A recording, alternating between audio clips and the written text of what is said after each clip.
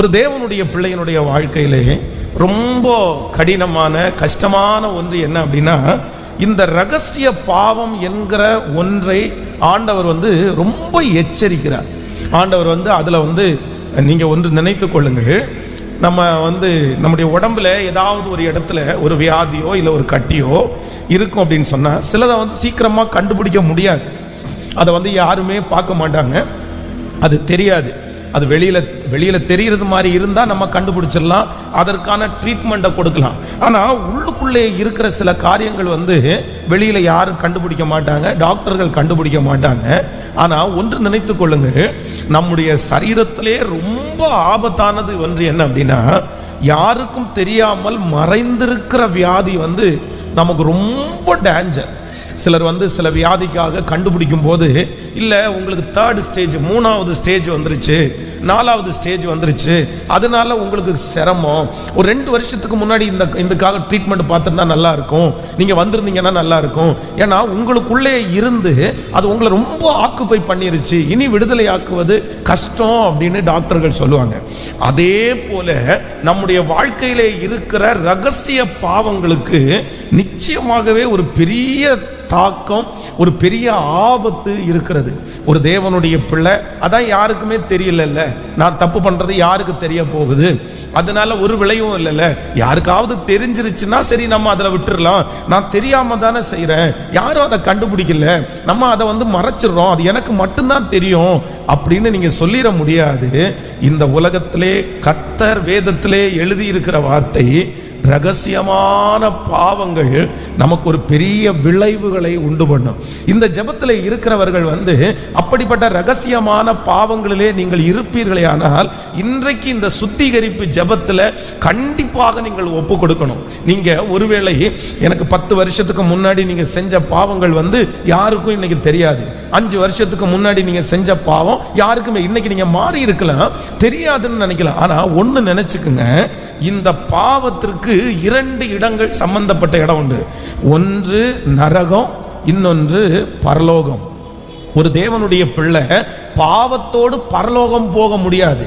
ஒரு தேவனுடைய மனுஷன், இந்த உலகத்தில் இருக்கிற ஒரு மனுஷன் அதே போல நரகத்திற்கு போகிற ஒரு நபர் பரிசுத்தமாய் வாழ்ந்து நரகத்திற்கு போக முடியாது. அப்படின்னா நீங்கள் யாருக்கும் தெரியாமல் செய்கிற பாவம் 2 இடத்திற்கு கண்டிப்பா போகும். ஒன்று எங்க போகும் அப்படின்னு சொன்னா, நீங்க செய்கிற பாவம் கண்டிப்பாக நரகத்திற்கு போகும். அந்த நரகத்திற்கு போகிறத யாராலுமே தடுக்க முடியாது, யாராலுமே மறைக்க முடியாது. அம்மாவுக்கு மறைச்சிடலாம், அப்பாவுக்கு மறைச்சிடலாம், சொந்தக்காரங்களுக்கு மறைச்சிடலாம், பாஸ்டருக்கு மறைச்சிடலாம். ஆனா எதுக்கு மறைக்க முடியாது அப்படின்னு சொன்னா, நரகத்திற்கு உங்களுடைய பாவத்தை மறைக்க முடியாது. ஏன்னா நம்ம செய்கிற ஒவ்வொரு மீறுதல்களும் புஸ்தகத்திலே எழுதப்படுகிறது, அது கணக்கு கொடுக்கப்படுகிறது, கணக்கு வைக்கப்படுகிறது. அதே போல நீங்கள் செய்கிற பாவம் 2வது எங்க மறைக்க முடியாதுன்னா, பரலோகத்தில் மறைக்கவே முடியாது. பரலோகம் நீங்கள் செய்கிற நன்மையை மட்டுமல்ல, உங்களுடைய வாழ்க்கையிலே செய்கிற தீமையையும் கண்டிப்பா ஞாபகம் வைக்கிறது. அதனாலதான் தேவனுடைய மனிதர்களை எல்லாரும் என்ன நினைக்கிறாங்க அப்படின்னு சொன்னா, இன்னைக்கு நான் மறைச்சிட்டேன், இன்னைக்கு நான் தெரியாம நான் செஞ்சிடலாம், இன்னைக்கு யாருமே அதை பார்க்கலன்னு நான் நினைக்கலாம். ஆனா ஒரு காலத்துல ஆண்டவர் எனக்கு கணக்கு கேட்பார், அன்றைக்கு நான் கணக்கு கொடுக்கணும். நீங்க யோசேப்பை குறித்து வேதத்துல வாசிக்கும் போது, யோசேப்பு அந்த தப்பு பண்ணுனா யாருமே பார்க்க போறது இல்லை. அதான் அந்த லேடி சொல்றாங்க, யாருமே இல்லை இங்க, நான் வெளியே சொல்ல மாட்டேன், நீயும் வெளியே சொல்லாத, ஒண்ணு நான் சொல்லணும், இல்லைன்னா நீ சொல்லணும், அவ்வளவுதான். 2 பேரை தவிர வேற யாருமே சொல்ல முடியாது. இங்க எல்லாரையுமே நான் வெளியே அனுப்பிட்டேன். ஆனா யோசேப்புக்கு ஒரு ஞானம் இருந்தது, யோசேப்புக்கு ஒரு அறிவு இருந்துச்சு. நீங்க சொல்லட்டாலும், நான் சொல்லாட்டாலும், யாருமே இந்த இடத்துல பார்க்காட்டாலும், யார் இதை பார்க்கிறார் அப்படி என்றால் கர்த்தர் கவனிக்கிறார், ஆண்டவர் பார்க்கிறார். கர்த்தருடைய பிள்ளைகளே, இன்றைக்கு ஒன்று நீங்கள் ரொம்ப கவனமாய் கவனிங்கள். ஆண்டவர் பார்க்கிறார், ஆண்டவருக்கு தெரியும், ஆண்டவருடைய கண்களை மறைக்க முடியாது, ஆண்டவருடைய பிரசன்னத்திற்கு முன்பாக நீங்க எதையுமே மறைக்க முடியாது. அப்போ ஆண்டவருக்கு மறைக்க முடியாத ஒரு காரியம் என்றைக்கானாலும் நம்முடைய வாழ்க்கையிலே ஆபத்தாக தான் வந்து முடியும். இன்று ஆண்டவர் இந்த ஜெபத்தில் உங்களை எப்படி சுத்திகரிக்கணும்னா, ஆண்டவரே ரகசியமான பாவத்திலிருந்து கர்த்தர் என்னை வெளியே கொண்டு வருவீராக. உடைய கைகளை மேலே உயர்த்தி அப்பாட்ட, ஆண்டவரே, மனைவிக்கு தெரியாத பாவம், கணவனாருக்கு தெரியாத பாவம், பிள்ளைகளுக்கு தெரியாத பாவங்கள், அப்பா அம்மாவுக்கு தெரியாத பாவங்கள், மேனேஜருக்கு தெரியாத பாவங்கள் எதுவா இருந்தாலும் அதை மன்னிக்கிறதற்கு, அதை எடுத்து போடுகிறதற்கு ஒரு தேவன் வல்லமை உள்ளவராய் இருக்கிறார். கைகளை உயர்த்தி, தகப்பனே, அந்த ரகசிய பாவத்தின் நிமித்தமாய் என்னுடைய மனசாட்சி பாதிக்கப்படுகிறது எனக்கு தெரியும். அந்த பாவத்தின் நிமித்தமாய் எனக்கு வருகிற சஞ்சலம் எனக்கு தெரியும். எத்தனை பேருக்கு குற்ற மனசாட்சி, எத்தனை பேருக்கு தாழ்வு மனப்பான்மை, எத்தனை பேருக்கு தங்களை தனிமைப்படுத்துகிற ஒரு காரியம், எத்தனை பேருக்கு அந்த ரகசிய பாவத்தின் நிமித்தம் அவர்களுடைய வாழ்க்கையே பாரமாய் இருக்கிறது.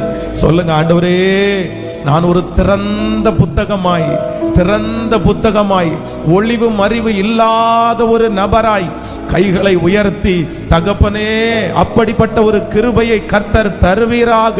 அப்படியே கெஞ்சி ஜெபம் பண்ணுங்க பார்க்கலாம். இந்த சுத்திகரிப்பு ஜெபத்துல கர்த்தர் பேசுகிறார். மகனே, உன்னுடைய ரகசிய பாவத்தை விட்டு வெளியே வா. நீ இருக்கிற அந்த மறைவிடத்துல கர்த்தருடைய 7 கண்களும் பார்த்து கொண்டிருக்கிறது. அந்த தனி அறையில கர்த்தருடைய கண்கள் பார்த்து கொண்டிருக்கிறது.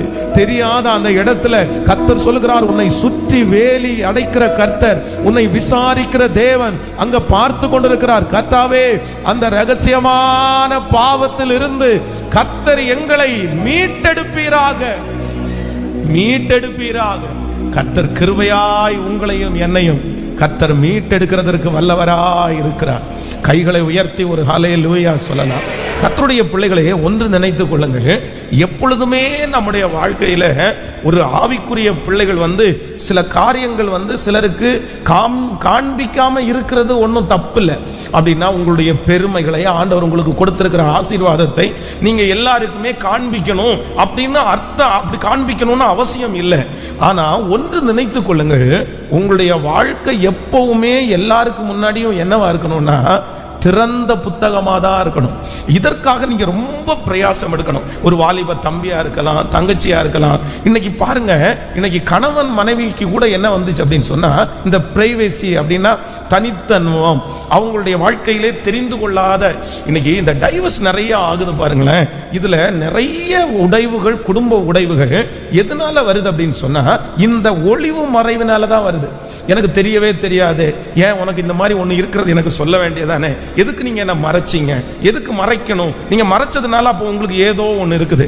அப்போ இந்த மறைக்கிறது ஒரு குடும்ப வாழ்க்கைக்குள்ள பெரிய பிரச்சனையை கொண்டு வருது பாருங்க. சில கணவன் மனைவியினுடைய உறவுல இன்னைக்கு நிறைய பேர் பாருங்க, அவங்களுக்குன்னு ஒரு தனியாக ஒரு மெயில் ஐடி வச்சுக்கிறாங்க, அவர்களுக்காக ஒரு தனி பாஸ்வேர்டு வச்சிருக்கிறாங்க. சில போன்கள்ல 2 விதமா நிறைய பேர் வச்சிருக்கிறாங்க. ஒன்று எல்லாரும் பார்க்கறது மாதிரி ஒன்று வச்சிருக்கிறாங்க. அப்படின்னா அந்த மெயில் ஐடி எல்லாரும் பார்க்கலாம், அந்த பாஸ்வேர்டை எல்லாருமே பார்க்கலாம். ஆனால் இன்னொன்று இருக்குது. நான் நம்புறேன் உங்களுக்கு ஒரு சில பண விஷயமோ சில ஆசீர்வாதங்களோ இது சில மறைக்க வேண்டிய காரியங்கள் இருக்கிறது. அதை நான் இல்லைன்னு சொல்லலை. இப்போ ஒரு கவர்மெண்ட் நடத்துகிறோம், இல்லைன்னா ஒரு ஆளுகையில் இருக்கிறோம் அப்படின்னு சொன்னால் எல்லாத்தையுமே நம்ம வெளியில் போட்டுற முடியாது. நான் ஒரு உதாரணத்துக்கு உங்களுக்கு சொல்லுகிறேன். ஒரு நாளில் என்ன அப்படின்னு சொன்னால், சர்ச்சில் சிலருடைய ஃபோட்டோ, நம்முடைய திருச்சபையில் மெம்பர்ஷிப்பாக இருக்கிறவங்களுடைய ஃபோட்டோவை நான் இந்த ஒரு சின்ன போர்டில் எல்லாருடைய ஃபோட்டோவும் வச்சு அதில் நான் அவங்களுடைய ஃபோன் நம்பரை எழுத சொன்னேன். எதுக்காக அப்படின்னு சொன்னால், அவர்களுடைய ஒரு சில டீட்டெயில்ஸ் எனக்கு தேவைப்பட்டுச்சு. அதனால உங்களுடைய ஃபோட்டோவுக்கு மேலே உங்களுடைய ஃபோன் நம்பரை எழுதுங்க, நான் அப்புறம் கால் பண்ணி உங்களை கூப்பிடும்போது நீங்கள் உங்களுக்கு ஒரு சில டீட்டெயில்ஸ் எனக்கு வேணும் அப்படின்றதுக்காக. அப்போ நிறைய பேர் அந்த ஃபோட்டோவை அதுக்கு மேலே ஃபோன் நம்பரை எழுதியிருந்தாங்க. அப்போ நான் ஒவ்வொரு வாரமும் அந்த ஃபோன் நம்பரை எழுதும்போது அதை எடுக்கிறதுக்கு வழக்கம். அப்போ ஒரு நாள் எனக்கு ரொம்ப ஆச்சரியமாக இருந்துச்சு. ஒரு வாலிப தம்பி என்ன பண்ணான்னா, அந்த ஃபோட்டோ எல்லாத்தையுமே வாட்ச் பண்ணிகிட்டே இருந்தான். வாட்ச் பண்ணிட்டு அப்போ நான் கொஞ்ச நேரம் தூரத்துலேருந்து, சரி நான் நினச்சேன் எல்லாருமே அந்த ஃபோட்டோவை பார்க்குறது மாதிரி இவனை ஏதோ ஃபோட்டோ பார்த்துட்டு இருக்கிறான் அப்படின்னு சொல்லும்போது, திடீர்னு பார்த்தா அந்த ஃபோட்டோவில் இருக்கிற ஒரு நம்பரை அவன் எழுதிட்டு இருந்தான். அப்போ வந்து எனக்கு வந்து சரி, ஒரு பெரியவர்கள் யாராவது ஒருத்தர் அந்த மாதிரி நம்பர் எழுதியிருந்தா கூட நான் வந்து ஒரு ரொம்ப விஷயமா பார்த்துக்க மாட்டேன். சரி, ஒருவேளை அவங்க ஏதாவது அவங்கள்ட்ட பேசணுமா இருக்கும், இன்னைக்கு ஒரு நம்பரை வந்து மறைக்க முடியாது, நம்ம ஈஸியாக கண்டுபிடிச்சிடலாம். ஆனால் இவன் வந்து அந்த நம்பரை வந்து நோட் பண்ண உடனே எனக்கு வந்து ஒரு சின்ன நெருகலாக இருந்துச்சு. அப்போ நான் தூரத்தில் இருந்தவன் ஸ்ட்ரைட்டாக அவன் பக்கத்தில் போனேன். அவன் பக்கத்தில் போய் அவன் எழுதின நம்பரை வந்து அவன் கையில் எழுதியிருந்தான். அந்த நம்பரை பார்த்தேன். என்ன நீ நம்பர் எழுதியிருக்கிற அப்படின்னு. இல்லை இல்லை இல்லை, அந்த அங்கிளோட கொஞ்சம் பேச வேண்டியது இருந்துச்சு அதனால அப்படின்னு. அப்போ என் மனசில் என்ன தோணுச்சுன்னா, அங்கிளோட பேசணுமா இல்லை அங்கிளோட பொண்ணுகிட்ட பேசணுமா அப்படின்றது மாதிரி தோணுச்சு. அப்போ வந்து அவன் எழுதியிருந்த அந்த நம்பரை பார்த்தீங்க அப்படின்னு சொன்னால், அந்த குறிப்பிட்ட ஒரு வாலிப தங்கச்சியினுடைய அந்த நம்பரை வந்து அவன் தேடி எடுத்து அவன் எழுதணும் அப்படின்னு. அப்போ நான் வந்து அவனிடத்துல சொன்னேன், இது நல்லதில்லை, இது ஆண்டவருக்கு பிரியமா இருக்காது, நீ எப்படி இப்படி செய்யலாம், இது வந்து தவறல்லவா அப்படின்னு சொல்லி அது கடந்து போச்சுன்னு வைங்களேன். அப்போ ஆண்டவருடைய பிள்ளைகளை அன்றைக்கு நான் ஒன்று என்ன புரிஞ்சுக்கிட்டேன் அப்படின்னு சொன்னா, சிலரை வந்து சிலருடைய ஃபோன் நம்பர் சிலர்கிட்ட கொடுக்கறது கூட என்னவா இருக்கு இன்னைக்கு, ஸோ ஆபத்தாக இருக்குது. அப்போது நம்முடைய வாழ்க்கையில் வந்து சில காரியங்களை வந்து நம்ம வந்து மற்றவங்களுக்கு தெரிய வேண்டிய அவசியம் சொல்லுங்களேன் இல்லை, அது தெரிய வேண்டிய அவசியம் இல்லை. அதுக்காக அதை மறைக்கிறதுனால வந்து நான் ஒரு கஞ்சமானவன், அதை மறைக்கிறதுனால வேற யாரும். இன்னைக்கு நீங்கள் எத்தனையோ சேனல்ஸில் இல்லை எத்தனையோ இடத்துல நிறைய பேரிடத்துல பேட்டி எடுப்பாங்க பாருங்க. உலகத்தில் இருக்கிற நபரிடத்துல பேட்டி எடுக்கும்போது உங்கள் சம்பளம் என்ன, உங்கள் வருமானம் என்ன, இன்னைக்கு நீங்கள் எவ்வளோ சம்பாதிக்கிறீங்க அப்படின்னு கேட்டால் நிறைய பேர் அதுக்கு பதில் சொல்லவே மாட்டாங்க. ஆனால் என்ன சொல்லுவாங்கன்னு சொன்னால், அவங்க ஆரம்பத்தில் வாங்கின சம்பளத்தை சொல்லுவாங்க. நான் 300 ரூபா தான் ஃபர்ஸ்ட் சம்பளம் வாங்கினேன், நான் 200 ரூபா தான் சம்பளம் வாங்கினேன், அதை சொல்லுவாங்க. ஆனால் இப்போ அட் ப்ரெசன்ட் என்ன பண்ணுறீங்கன்னு கேட்டால், அதெல்லாம் எதுக்கு சார், அதெல்லாம் தெரிய வேண்டியதில்லை. உண்மையிலே அது நமக்கு தெரிய வேண்டியதும் இல்லை. அப்படிப்பட்ட சில காரியங்களை ஆண்டவருடைய பிள்ளைகள் பாதுகாப்பாய் வைக்கிறது தவறு அல்ல. ஆனால் ஒன்று என்ன நினைக்கணும் அப்படின்னு சொன்னா, நம்முடைய வாழ்க்கையிலே சில காரியங்களை அதுவும் யாருக்குமே தெரியாம அல்ல, நம்முடைய வீட்டிலே நமக்கு இரத்த சம்பந்தமாய் இருக்கிற கணவன் மனைவிக்கு கண்டிப்பாக தெரியணும். நம்முடைய தகப்பனார் தாயாருக்கு கண்டிப்பாக தெரியணும். நீங்க சிம்சோனுடைய வாழ்க்கையில் நீங்க வேதத்தில் வாசிக்கும் போது அவனுக்கு பாவம் என்கிறது முதல்ல எங்க ஆரம்பிச்சிருச்சு தெரியுமா? எங்க ஆரம்பிச்சிருச்சு அப்படின்னு சொன்னா, அவன் வழியிலே போகும்போது ஒரு சிங்கத்தை பார்க்கிறான். தன்னுடைய கையிலே ஒன்றும் இல்லாதிருந்தும் அந்த சிங்கத்திலேயே வந்து அவன் கிழிச்சு போட்டுட்டான். இப்போ நீங்கள் நியாயாதிபதிகளின் புஸ்தகம் 14ஆம் அதிகாரத்தினுடைய 6வது வசனத்தை வாசித்தால், அப்பொழுது கர்த்தருடைய ஆவி அவன் மேல் பலமா இறங்கினதினால் அவன் தன் கையில் ஒன்றும் இல்லாதிருந்தும் அதை ஒரு ஆட்டுக்குட்டியை கிழித்து போடுகிறது போல் கிழித்து போட்டான். ஆனாலும் தான் செய்ததை அவன் தன் தாய் தகப்பனுக்கு அறிவிக்கவில்லை. நல்லா கவனிச்சுக்குங்க. ஆனாலும் தான் செய்ததை அவன் தாய் தகப்பனுக்கு அறிவிக்கவில்லை. இப்போ இவங்க போகும்போது இவ்வளவு பெரிய காரியத்தை செய்தவன் தன் தகப்பனார் தாயாருக்கு அவன் சொல்லவே இல்லை. திரும்பி என்ன பண்றான்னா, திரும்பி அவன் வரும்போது எந்த சிங்கத்தை அவன் கொன்றானோ அந்த சிங்கத்தினுடைய சரீரத்துக்குள்ள என்ன இருக்குது சொல்லுங்களேன்? தேன் இருக்குது. அப்போ அந்த சரீரத்துக்குள்ள அவன் கையை விட்டு அந்த தேனை வெளியே எடுத்து தானும் அந்த தேனை சாப்பிட்டு யாருக்கு கொடுக்கிறானாமா? தன்னுடைய தாய் தகப்பனுக்கு. அப்ப 9ஆம் வசனத்தை நீங்க வாசிக்கும் போது, அவன் அதை தன் கைகளினால் எடுத்து சாப்பிட்டு கொண்டே நடந்து தன் தகப்பனிடத்தில் வந்து அவர்களுக்கும் கொடுத்தான். அவர்களும் சாப்பிட்டார்கள். ஆனாலும் தான் அந்த தேனை சிங்கத்தின் உடலிலே எடுத்ததை அவர்களுக்கு. ஹலோ, நல்லா கவனிச்சுங்க. பாவம் என்கிற ஒன்று எங்க முதல்ல ஆரம்பிக்குதுன்னா, எப்போ நீங்க மறைக்க ஆரம்பிக்கிறீங்களோ அப்பவே உங்களுக்குள்ள என்ன ஆரம்பிக்குது? சத்தமா சொல்லுங்க, கவனிங்க. நம்ம வாலிப தம்பிங்க தங்கச்சிங்க வந்து நமக்கு முன்னாடி, நம்ம கண்ணுக்கு முன்னாடி இருக்கும்போது, நம்ம சோஃபாவில் இருக்கும்போது அவன் போனை திறந்து அவன் வந்து ஏதாவது ஒன்று பார்க்குறான்னா கண்டிப்பாக அவன் என்ன பண்ண மாட்டான்? கேட்கல, சத்தமா சொல்லுங்க. அவன் வந்து தப்பு பண்ண மாட்டான். ஆனா எப்போ வந்து ஒரு ரூமுக்குள்ள போறானோ, எப்போ வந்து யாருமே பார்க்காத இடத்துக்கு போறானோ, எப்போ வந்து தன்னை மறைத்து கொள்ள ஆரம்பிக்கிறானோ, அப்பவே நம்ம நினைச்சுக்க வேண்டியது அந்த மனுஷனுக்குள்ள என்ன ஆரம்பிச்சிருச்சு அப்படின்னு சொன்னா, பாவம் ஆரம்பிச்சிருச்சு. முடிந்த வரைக்கும் ஆண்டவருடைய பிள்ளைகள் எதையுமே நீங்க என்ன பண்ணக்கூடாது அப்படின்னு சொன்னா, மறைச்சு செய்யணும்னு நினைக்க கூடாது. இன்னைக்கு வந்து ரொம்ப பழக்கமாயிருச்சு. மேலை நாடுகளில் பார்த்தீங்க அப்படின்னு சொன்னா ஒரு குறிப்பிட்ட வயது வந்த உடனே பிள்ளைகளை எல்லாரையுமே தனியா படுக்க வச்சிடறாங்க, தனியா ஒரு ரூம் கொடுத்துட்றாங்க, ஒவ்வொருத்தருக்கும் பிரைவேசியா ஒரு ரூம். எல்லாருமே இன்னைக்கு வந்து பிள்ளைகளுக்கெல்லாம் தனியா ரூம் கொடுக்கறது ஒரு பழக்கம் ஆயிருச்சு. ஆனா ஒரு விதத்துல இவர்கள் தனி ரூம் கொடுக்கறத அவங்களுக்கு கொஞ்சம் ஃப்ரீயா அவங்க இருந்து அந்த மாதிரி லேட்டா படுத்து அவங்களுக்கு படிக்கிறதுக்கெல்லாம் இருக்குன்னு நினைச்சாலுமே ரொம்ப டேஞ்சர். நம்முடைய பிள்ளைகளுடைய வாழ்க்கையிலேயே இது தோல்வி என்கிற ஒன்று எப்ப ஆரம்பிக்குதுன்னா, எப்ப நம்மளை விட்டு அவன் தனியா போறானோ அப்பவே அவனுக்கு என்ன ஆரம்பிக்குதுன்னா, அவனுக்குள்ளே சத்துரு வந்து களை விதைக்க ஆரம்பிக்கிறான். இந்த இடத்துல இந்த சிம்சோன் என்ன பண்ணா அப்படின்னு சொன்னா, தன் தகப்பனாரிடத்துல தாயாரிடத்துல நான் இந்த மாதிரி தேனை இந்த சிங்கத்தினுடைய சரீரத்திலிருந்து தான் எடுத்தேன் அப்படின்னு சொல்லி இருந்தா இந்த அம்மா அப்பா என்ன சொல்லியிருப்பாங்க? என்ன சொல்லியிருப்பாங்க? ஹே, சாப்பிடக்கூடாதுப்பா, ஆண்டவர் உனக்கு கட்டளை கொடுத்திருக்கிறார், நீ நசரேய விரதம், உனக்குள்ள இருக்கிற அபிஷேகம் வித்தியாசமானது, யார் வேணும்னாலும் தேனை எடுத்து சாப்பிடலாம், ஆனா செத்து போன ஒரு உடம்புல இருந்து நீ தேனை எடுத்து சாப்பிடக்கூடாது, அது தீட்டு. ஒருவேளை அவன் சாப்பிட்டுட்டே வரான் பாருங்களேன், அங்க இருந்து எடுத்து சாப்பிட்டுட்டே வர்றான். தன்னுடைய தகப்பனாரிடத்துல கொடுக்கும்போது இந்த மாதிரி எடுத்தேன்னு சொல்லியிருந்தா உடனே அவனுக்காக அவர்கள் பாவ நிவர்த்தி செய்திருப்பார்கள், உடனே அவனை சரி பண்றதுக்கு ஏதாவது முயற்சி எடுத்திருப்பாங்க. ஆனா இப்போ தன்னுடைய தகப்பனும் தாய்க்கும் அவன் மறைச்சதுனால பாத்தீங்கன்னா அங்கிருந்து பாவம் வளர ஆரம்பித்தது. இந்த சத்தத்தை கேட்கிற தம்பி தங்கச்சி, உங்களுக்கு ஒரு ஆலோசனை சொல்றேன். தயவு செய்து ஏதாவது ஒரு பிரச்சனையை ஆரம்பிச்சா, இல்லை என்றால் ஒரு மனுஷன் உன்னை அப்ரோச் பண்றாங்களா, இல்லை யாராவது ஒருத்தர் உன்னை வழி நடத்துறாங்களா, தயவு செய்து உங்க அம்மா அப்பாவுக்கோ ஒரு முக்கியமான நபருக்கோ நீ என்ன பண்ணணும்னா, நீ கண்டிப்பா சொல்லணும். நீ மறைக்காத, நீ மறைக்காத.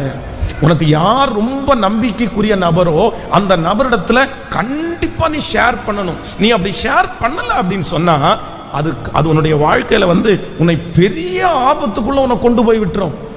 அது ரொம்ப டேஞ்சர். இன்னைக்கு இந்த சத்தத்தை கேட்கிற யாரோ ஒருத்தர் நீங்க வந்து அப்படிப்பட்ட ஒரு டேஞ்சர், எங்க அம்மா அடிப்பாங்க, எங்க அப்பா திட்டுவாங்க, இல்லைன்னா என்ன நினைப்பாங்க, அதெல்லாம் நீ யோசிக்க வேண்டாம். சில காரியத்தை நீ வெளியே சொன்னால்தான் அதிலிருந்து உன்னை வெளியே கொண்டு வருவதற்கு அதுக்கு முயற்சி எடுக்கணும். சில காரியத்தை மனைவியின் இடத்துல சொல்லணும். நீ உடனே ஐயோ மனைவிக்கு தெரிஞ்சிருந்தா அவ அவ்வளவுதான், வீட்டை ரெண்டாக்கிடுவாளே, என்னை தப்பா பார்த்துருவாளே அப்படின்னு நினைக்க முடியாது.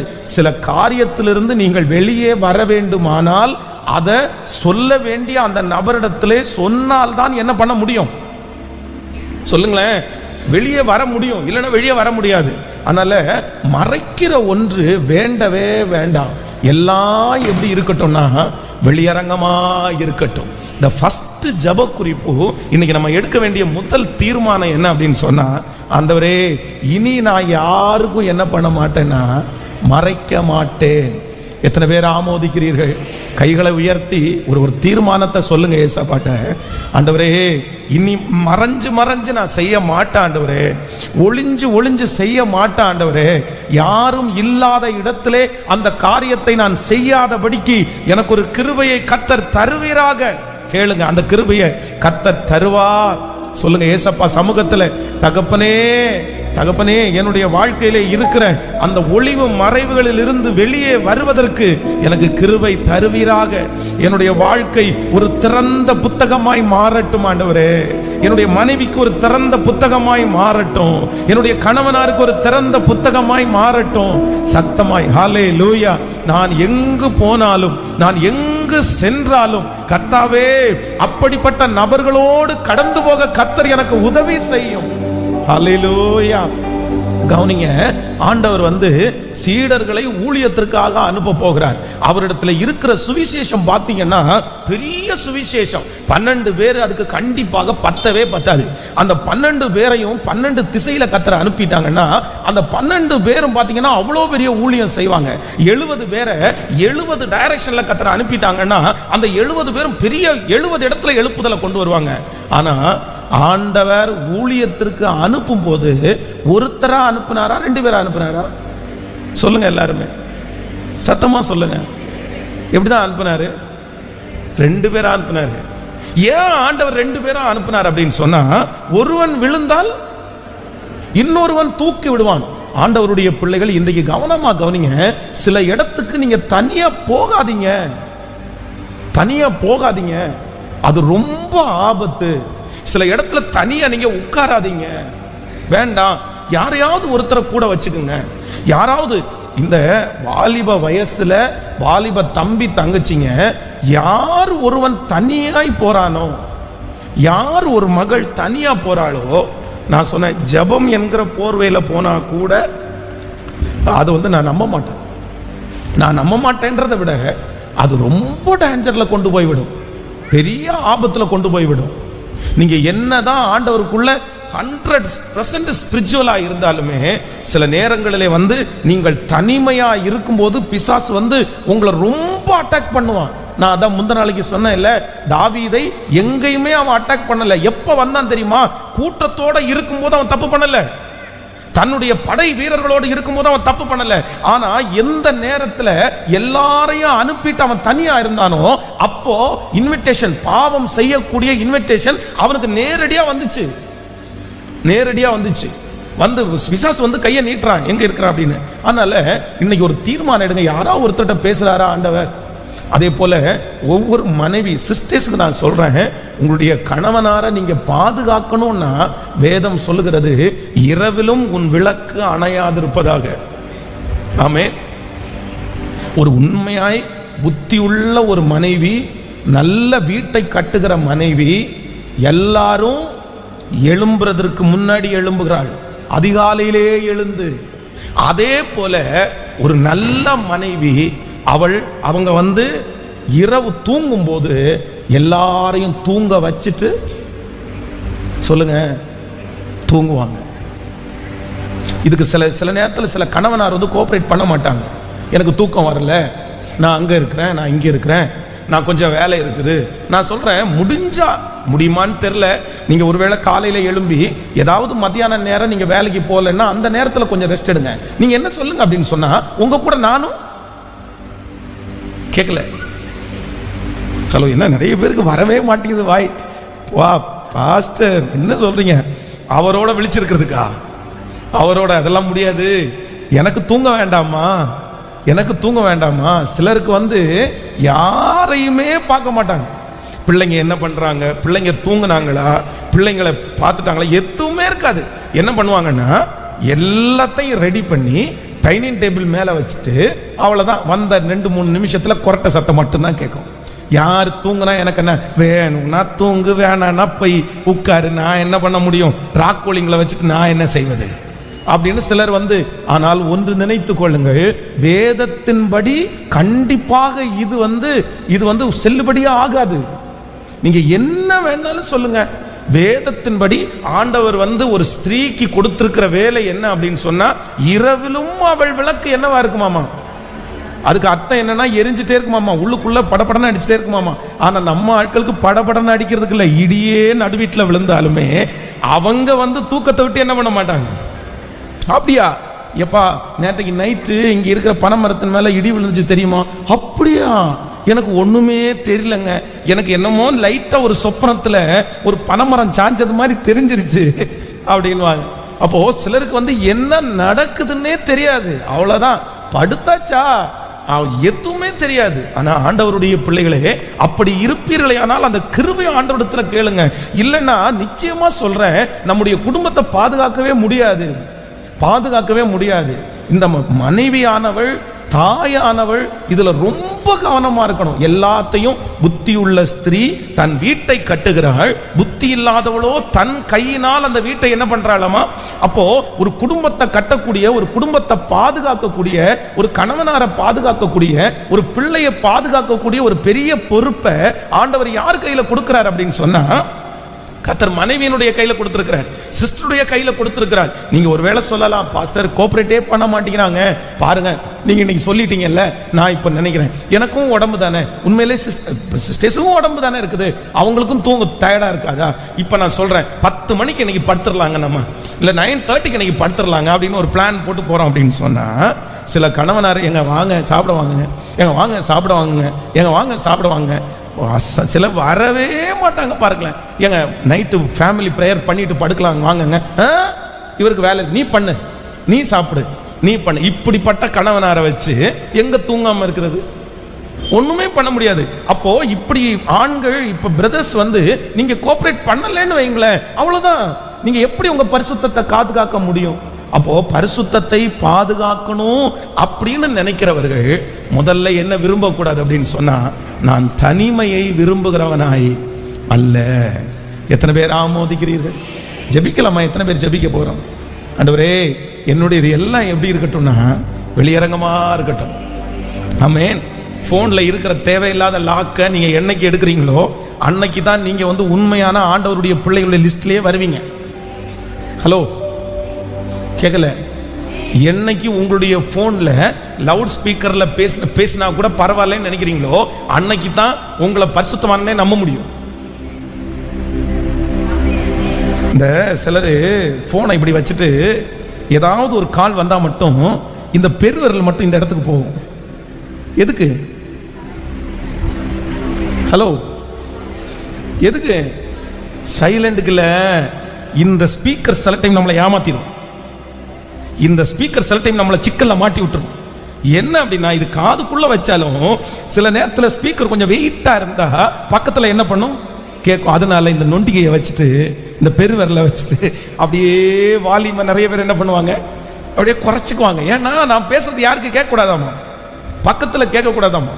ஏதோ ஒரு தேர்ட் பர்சன், ஒரு மூணாவது நபருக்கு உங்களுடைய சில ரகசியங்கள் தெரியக்கூடாதுன்றதுக்காக நீங்க போன்ல கம்மி பண்ண. ஆனா கணவனாருக்கே தெரியக்கூடாது, மனைவிக்கே தெரியக்கூடாது அப்படின்னு நினைச்சா எப்படி? எப்படி ஆண்டவருடைய பிள்ளைகளே? ரொம்ப கஷ்டம். நான் வந்து இந்த சாட்சியை நான் நிறைய டைம் உங்கள்கிட்ட சொல்லியிருக்கிறேன், இன்னைக்கு சொல்றேன். ஒரு வாலிப தம்பி வந்து அவர் ரொம்ப கண்டினியூவா எஸ்எம்எஸ் பண்ணிட்டு இருக்கிறான் அப்படின்னு சொல்லி அவர் தாயார் வந்து என்கிட்ட கம்ப்ளைண்ட் பண்ணாங்க. பாஸ், நீங்க கொஞ்சம் அவனை கவனிங்க, அவன் எப்போ பார்த்தாலும் ஃபோனில் எஸ்எம்எஸ் பண்ணிகிட்டே இருக்கிறான், நீங்கள் சொன்னாதான் அவன் கேட்பான், ஒரு நாள் அவனுடைய ஃபோனை வாங்கி செக் பண்ணுங்க அப்படின்னு சொன்னாங்க. சரிம்மா, நீங்கள் விட்டுருங்க, நான் பார்த்துக்கிறேன் அப்படின்னு சொல்லிட்டு ஒரு நாள் நான் அவன்கிட்ட வந்து அவன் உட்காந்துருக்கிறான். அவன்கிட்ட சொல்கிறேன், உன் ஃபோனை என் கையில் கொடுப்பா அப்படின்னு கேட்குறேன். உண்மையிலே நீங்கள் நம்ப மாட்டீங்க, இந்த பிள்ளைங்கள மாதிரி எக்ஸ்போர்ட் யாருமே கிடையாது. இன்னைக்கு எல்லா திருட்டு வேலையும் எப்படி தான் பிசாசு அவங்களுக்கு ஹெல்ப் பண்ணுவானோ தெரில. இந்த உலகத்திலே இருக்கிற எவ்வளவு டாப் மோஸ்ட் கிரிமினல் வேலையோ, பாவம் செய்வதற்கு அத்தனை கிரிமினல் வேலையும் நீங்க பிஹெச்டி ஒன்றும் படிக்க வேண்டாம், அதை படிச்சு கொடுக்கறதுக்கு ஒரு ஆசா உங்க பக்கத்திலேயே இருக்கிறான். அவன் தான் சாத்தான்குட்டி. ஐயோ, அந்த அந்த அவனுக்கு படிப்புல ஒன்று கூட மண்டையில் ஏறாது, எல்லாத்துலேயும் மக்கா இருப்பாங்க. ஆனா திருட்டுத்தனம் பண்றதுக்கு, தப்பு பண்றதுக்கு, பாவம் பண்றதுக்கு அவன் பிஹெச்டி படிச்சிருப்பான் பாருங்க. ஏன் அப்படின்னா, யார் சொல்லி கொடுக்கறது விளங்குமோ இல்லையோ, இந்த பிசாசு குட்டி சொல்லி கொடுக்கறது சில நேரத்தில் நிறைய பேருக்கு விளங்கும். அவ்வளோ அந்த போனை கொடுப்பா அப்படின்னு நீங்க என் கையை நீட்டி அவன் கையில் போனை வாங்குறதுக்கு எவ்வளோ நேரம்னு நினைக்கிறீங்க? அந்த செகண்டுக்குள்ள அவனுடைய இன்பாக்ஸ், அந்த உள்ளுக்குள்ள போன் எஸ்எம்எஸ் இருக்கும் பாருங்களேன், அதை ஓப்பன் பண்ணி பார்த்தா எம்டின்னு காமிக்குது. அவன் போனை என் கையில் கொடுக்குறான், பாருங்க பாருங்க ஃபர்ஸ்ட் அப்படின்னு கையில் கொடுக்குறான். போனை வாங்கி உள்ள பார்த்தா அவ்வளோதான், டெலிட் பண்ணிட்டான், மொத்தத்தையும் டெலிட் பண்ணிட்டான். எனக்கு ஒன்றுமே சொல்ல, நான் கையில் கொடுத்துட்டு நான் என்ன சொன்னேன்னா, எப்பா நீ டெலிட் பண்ணேன்னு எனக்கு தெரியுது, நீ இந்த மாதிரி எஸ்எம்எஸ் பண்ணிட்டு இருக்கேன்னு எனக்கு தெரியுது, ஆனால் நீ எனக்கு மறைக்கல, நீ ஆண்டவருக்கு மறைக்கலான்னு நினச்சிடாத, நீ ரொம்ப கவனமா இரு. உன்னுடைய வாழ்க்கையிலே நீர் வந்து சில காரியத்தை நீங்கள் மறைச்சேன்னா அது உனக்கு ஒரு பெரிய பாதிப்பை உண்டு பண்ணுன்னு சொல்லி அவனுக்காக ஜெபம் பண்ணேன். இன்னைக்கு நம்ம இன்னைக்கு நான் அந்த பையனை பார்க்குறேன், இன்னைக்கு பையனை பார்க்குறேன். அவனுக்கு இருக்கிற டேலண்ட் மட்டும் நான் நினைப்பேன் சில நேரத்தில், அந்த மாதிரி டேலண்ட் எல்லாம் நமக்கு கொடுத்துருந்தா இன்னும் ஒரு 10 இன்னும் நிறைய ஊழியம் செஞ்சிருக்கலாம். அவ்வளவு கிருபை, அவ்வளவு வரம், எல்லாத்துலேயும் அவனை அடிச்சுக்கிறதுக்கு ஆளே இல்லை. ஆனால் உண்மையிலே சொல்கிறேன், எழும்பவே இல்லைங்க, எழும்பவே இல்லைங்க. அன்னையிலிருந்து அவன் மறைக்கிறதுக்கு கண்டினியூ பண்ணாம பாருங்களேன், அவனுடைய வாழ்க்கையிலே அது அவனுக்கு தோல்வியாய் மாறி பாவத்தில் விழுந்து இன்னைக்கு எழும்பவே முடியாத அளவுக்கு போயிட்டாங்க. இந்த சத்தத்தை கேட்கிற யாரோ ஒருத்தடத்துல கர்த்தர் பேசுறார். இன்னைக்கு இந்த சுத்திகரிப்பு ஜெபத்தில் ஒரு தீர்மானம் எடுங்க. என்னுடைய இருதயம், என்னுடைய வாழ்க்கை எல்லாருக்கும் முன்னாடியும் திறந்த புத்தகமாக இருப்பதற்கு கர்த்தர் எனக்கு கிருபை தருவீராக. ஹல்லேலூயா. நான் கூடையே வச்சுக்குவேன், யாரையாவது ஒருத்தரை என் கூட எப்பொழுதும், ஆமாம், யாரையாவது ஒருத்தரை வந்து சப்போர்ட்டிவ்க்காக, கூட நின்று பேசும்போது, தனிமையிலே நீங்கள் இருக்கிற ஒரே ஒரு இடம் எங்க இருக்கணும்னா, நீங்க தனிமேன்னு போறீங்கன்னா நீங்களும் ஆண்டவரும் இருக்கிற இடத்துக்கு மட்டும் தனிமையா போங்க. அந்த இடத்துல ஆபத்து இல்லை, அந்த இடத்துல சிக்கல் இல்லை, அந்த இடத்துல அவமானப்பட மாட்டீங்க, அந்த இடத்துல தப்பு பண்ண மாட்டீங்க. அந்த இடம் உங்களை உருவாக்கும், அந்த இடம் உங்களை மகிமைப்படுத்தும், அந்த இடம் உங்களுக்கு கற்றுத்தரும், அந்த இடம் உங்களுக்கு பாக்கியமாகவே இருக்கும். அந்த இடம் ரொம்ப ஆசீர்வாதமா இருக்கும். தனிமேனு என் வாழ்க்கையில ஒண்ணு நான் இனி எடுக்கணும்னா, நான் எங்க மட்டும்தான் தனிமையா இருப்பேன்னா, ஜெபத்துல மட்டும்தான் நான் தனிமையா இருப்பேன். ஹல்லேலூயா. கைகளை அசைத்து ஒரு ஹல்லேலூயா சொல்லலாம். எத்தனை பேர் ஒப்பு கொடுக்குறீங்க? நீங்க சுத்திகரிங்க, நீங்க சுத்திகரிங்க. மன்னிச்சிருங்க ஆண்டவரே. இன்னைக்கு ஒரு சில வசனங்களை உங்களுக்கு காண்பிக்கிறேன், வாசிக்கலாம். ஆதியாகமம் 38வது அதிகாரத்தை எடுத்துக்கொள்ளுங்கள். ஆதியாகமம் 38ஆம் அதிகாரத்தினுடைய 18வது வசனத்தை வாசிக்கலாமா? ஆதியாகமம் 38ஆம் அதிகாரத்தினுடைய 18வது வசனத்தை வாசிக்கலாம். அப்பொழுது அவன், நான் உனக்கு அடமானமாக என்ன கொடுக்க வேண்டும் என்று கேட்டான். அதற்கு அவள், உம்முடைய முத்திரை மோதிரமும் உம்முடைய ஆரமும் உம்முடைய கைக்கோலும் கொடுக்க வேண்டும் என்றாள். அவன் அவைகளை அவளுக்கு கொடுத்து அவளிடத்தில் சேர்ந்தான். அவள் அவனாலே கர்ப்பவதியாகி எழுந்து போய் தன் முக்காட்டை களைந்து தன் கைம்பெண்ணுக்குரிய வஸ்திரங்களை உடுத்தி கொண்டாள். யூதா அந்த ஸ்திரீனிடத்தில் இருந்த அடமானத்தை வாங்கி கொண்டு வரும்படி அதுல்லாம் ஊரானாகிய தன் சிநேகிதன் கையிலே ஒரு வெள்ளாட்டு குட்டியை கொடுத்து அனுப்பினான். அவன் அவளை காணாமல் அவ்விடத்து மனிதரை நோக்கி, வழி அண்டையிலே நீரூற்றுகள் அருகே இருந்த தாசி எங்கே என்று கேட்டான். அதற்கு அவர்கள், இங்கே தாசி இல்லை என்றார்கள். அவன் யூதாவினிடத்தில் திரும்பி வந்து, அவளை காணோம், அங்கே தாசி இல்லை என்று அவ்விடத்து மனிதரும் சொல்லுகிறார்கள் என்றான். அப்பொழுது யூதா, இதோ இந்த ஆட்டுக்குட்டியை அனுப்பினேன், நீ அவளை காணவில்லை, நமக்கு அபகீர்த்தி வராதபடிக்கு அவள் அதை கொண்டு போனால் போகட்டும் என்றான். நல்லா கவனிங்க. இந்த அதிகாரத்தில் வாசிக்கும் போது யூதா என்கிறது ஒரு கோத்திரம். இந்த யூதா என்ன பண்றாரு அப்படின்னு சொன்னா, அவர் ஒரு இடத்துல போறாரு. போகும்போது வழி அருகே என்னன்னா முக்காடு போட்டுட்டு ஒருத்தங்க உட்கார்ந்து இருக்கிறாங்க. அந்த காலத்துல எல்லாம் இந்த முக்காடு போடுறவங்க இல்ல முக்காடு போட்டு தனியா இருக்கிறவங்க அப்படின்னா, இந்த விபச்சாரம்னு வச்சுக்கோங்களேன், இந்த மாதிரி தொழில் செய்கிறவர்களுக்கு தனியாக ஒன்று இருக்கும். அவங்கள நம்ம எல்லாரோடையும் பார்க்க முடியாது, அவங்கள வித்தியாசமா இருப்பாங்க. அவங்க நீங்க எகிப்துல நீங்க எரிகோல பாத்தீங்கன்னா, எரிகோவுக்கு மேல மதில் சுவருக்கு மேல ஒரு வீடு கட்டி ஒரு அம்மா அங்க உட்கார்ந்துருப்பாங்க. அவங்க அந்த ஊர்ல அந்த மாதிரி காரியத்தை செய்து கொண்டிருந்தார்கள். அப்போ அந்த இடத்துல யாருமே போக மாட்டாங்க. அது ஊருக்கு சில நேரத்தில் மறைவா இருக்கும். நீங்க ஆண்டவராகிய இயேசு கிறிஸ்துவனுடைய காலத்துல வரும்போது ஒரு இடத்துல ஆண்டவர் தண்ணி ஒரு கிணத்துக்கு அருகே இருக்கும்போது சமாரியா ஸ்திரீ என்கிற ஒரு ஸ்திரீ வர்றாங்க பாருங்க. யாருமே இல்லாத நேரத்தில் அவங்க வர்றாங்க. அப்போ அந்த காலத்துல பாத்தீங்க அப்படின்னு சொன்னா இந்த காரியத்தை செய்கிறவர்களுக்கு தனியான ஒரு அடையாளம் இருந்துச்சு. இப்போ யூதா என்கிற ஒரு மனுஷன் வழியில நடந்து கொண்டிருக்கும் போது முக்காடு போட்டுட்டு ஒருத்தி உட்கார்ந்து இருக்கிற ஒரு லேடி உட்கார்ந்து இருக்காங்க. உடனே இவன் என்ன சொல்றான் அப்படின்னு சொன்னா, இவன் அந்த காரியத்திற்காக போகல, ஆனா அந்த பாவத்தை பார்த்த உடனே அதை செய்யணும்ன்ற மனசுல விருப்பம் வந்துருச்சு. உடனே அந்த இடத்துல அந்த பெண்ணோடு சேர்ந்து ஒரு தவறை செய்து இப்ப முடிச்ச உடனே இவனுக்கு அது செஞ்சதற்கு ஏதாவது கொடுக்கணும் இல்ல, அதுக்கு ஒரு ஆட்டுக்குட்டியை கொடுக்கணும். இவன் கையில எதுவுமே கொண்டு போகல. உடனே அவ என்ன கேட்கிறா அப்படின்னு சொன்னா, நீங்க ரெடியா வரலன்னு எனக்கு தெரியும், ஆனா எனக்கு ஏதாவது ஒண்ணு அடையாளமா கொடுங்க, எதை கொடுத்தாலும் பரவாயில்லன்னு சொல்லும் போது அவன் அடமானமாக என்ன வேணும்னு கேட்டதுக்கு அவ பாருங்க என்ன சொல்றானா, உன்னுடைய முத்திரை மோதிரம், உன்னுடைய ஆரம், உன்னுடைய கைக்கோலை கொடுக்கணும்னு சொன்ன உடனே சரின்ட்டு கலட்டி கொடுத்துட்டார். இந்த யூதா மதிப்புக்குரிய மனுஷன், எல்லாருக்கும் முன்பாக தலைவன், தகப்பன். இவன் இப்ப என்னன்னா அதை கொடுத்துட்டு, சரி நான் ஆட்டுக்குட்டியை கொடுத்த உடனே இதை திருப்பி கொடுத்துருன்னு சொன்ன உடனே சரி நான் அவளும் ஒத்துக்கிட்டாங்க. இப்போ ஒரு வேலைக்காரனை கூப்பிட்டு, எப்பா நீ போயிட்டு இந்த மாதிரி ஒரு பொண்ணு இருக்கும், அந்த பொண்ணு கையில் இந்த மாதிரி ஆட்டுக்குட்டியை கொடுத்துட்டு நீ அவ கையில இருந்து மோதிரத்தையும் ஆரத்தையும் நம்முடைய கைக்கோலையும் வாங்கிட்டு வான்னு அனுப்பும்போது அந்த மனுஷன் போய் தேடி தேடி பார்க்குறான், என்ன பண்ணல அப்படின்னு சொன்னா காணோம். திரும்பி சொல்றான், யாருமே இல்லைங்க, நான் கண்டுபிடிக்க முடியல அப்படின்னு சொன்ன உடனே இந்த யூதா சொல்றான், சரி எனக்கு என்னுடைய மோதிரத்தையும் என்னுடைய ஆரத்தையும் என்னுடைய கைப்பிடியையும் அவங்க வச்சிருந்தா கூட எனக்கு என்ன பண்ணல, எனக்கு பரவாயில்ல, என் பேரை கெடுக்காம இருந்தா சரி அப்படின்னு விட்டுட்டான்.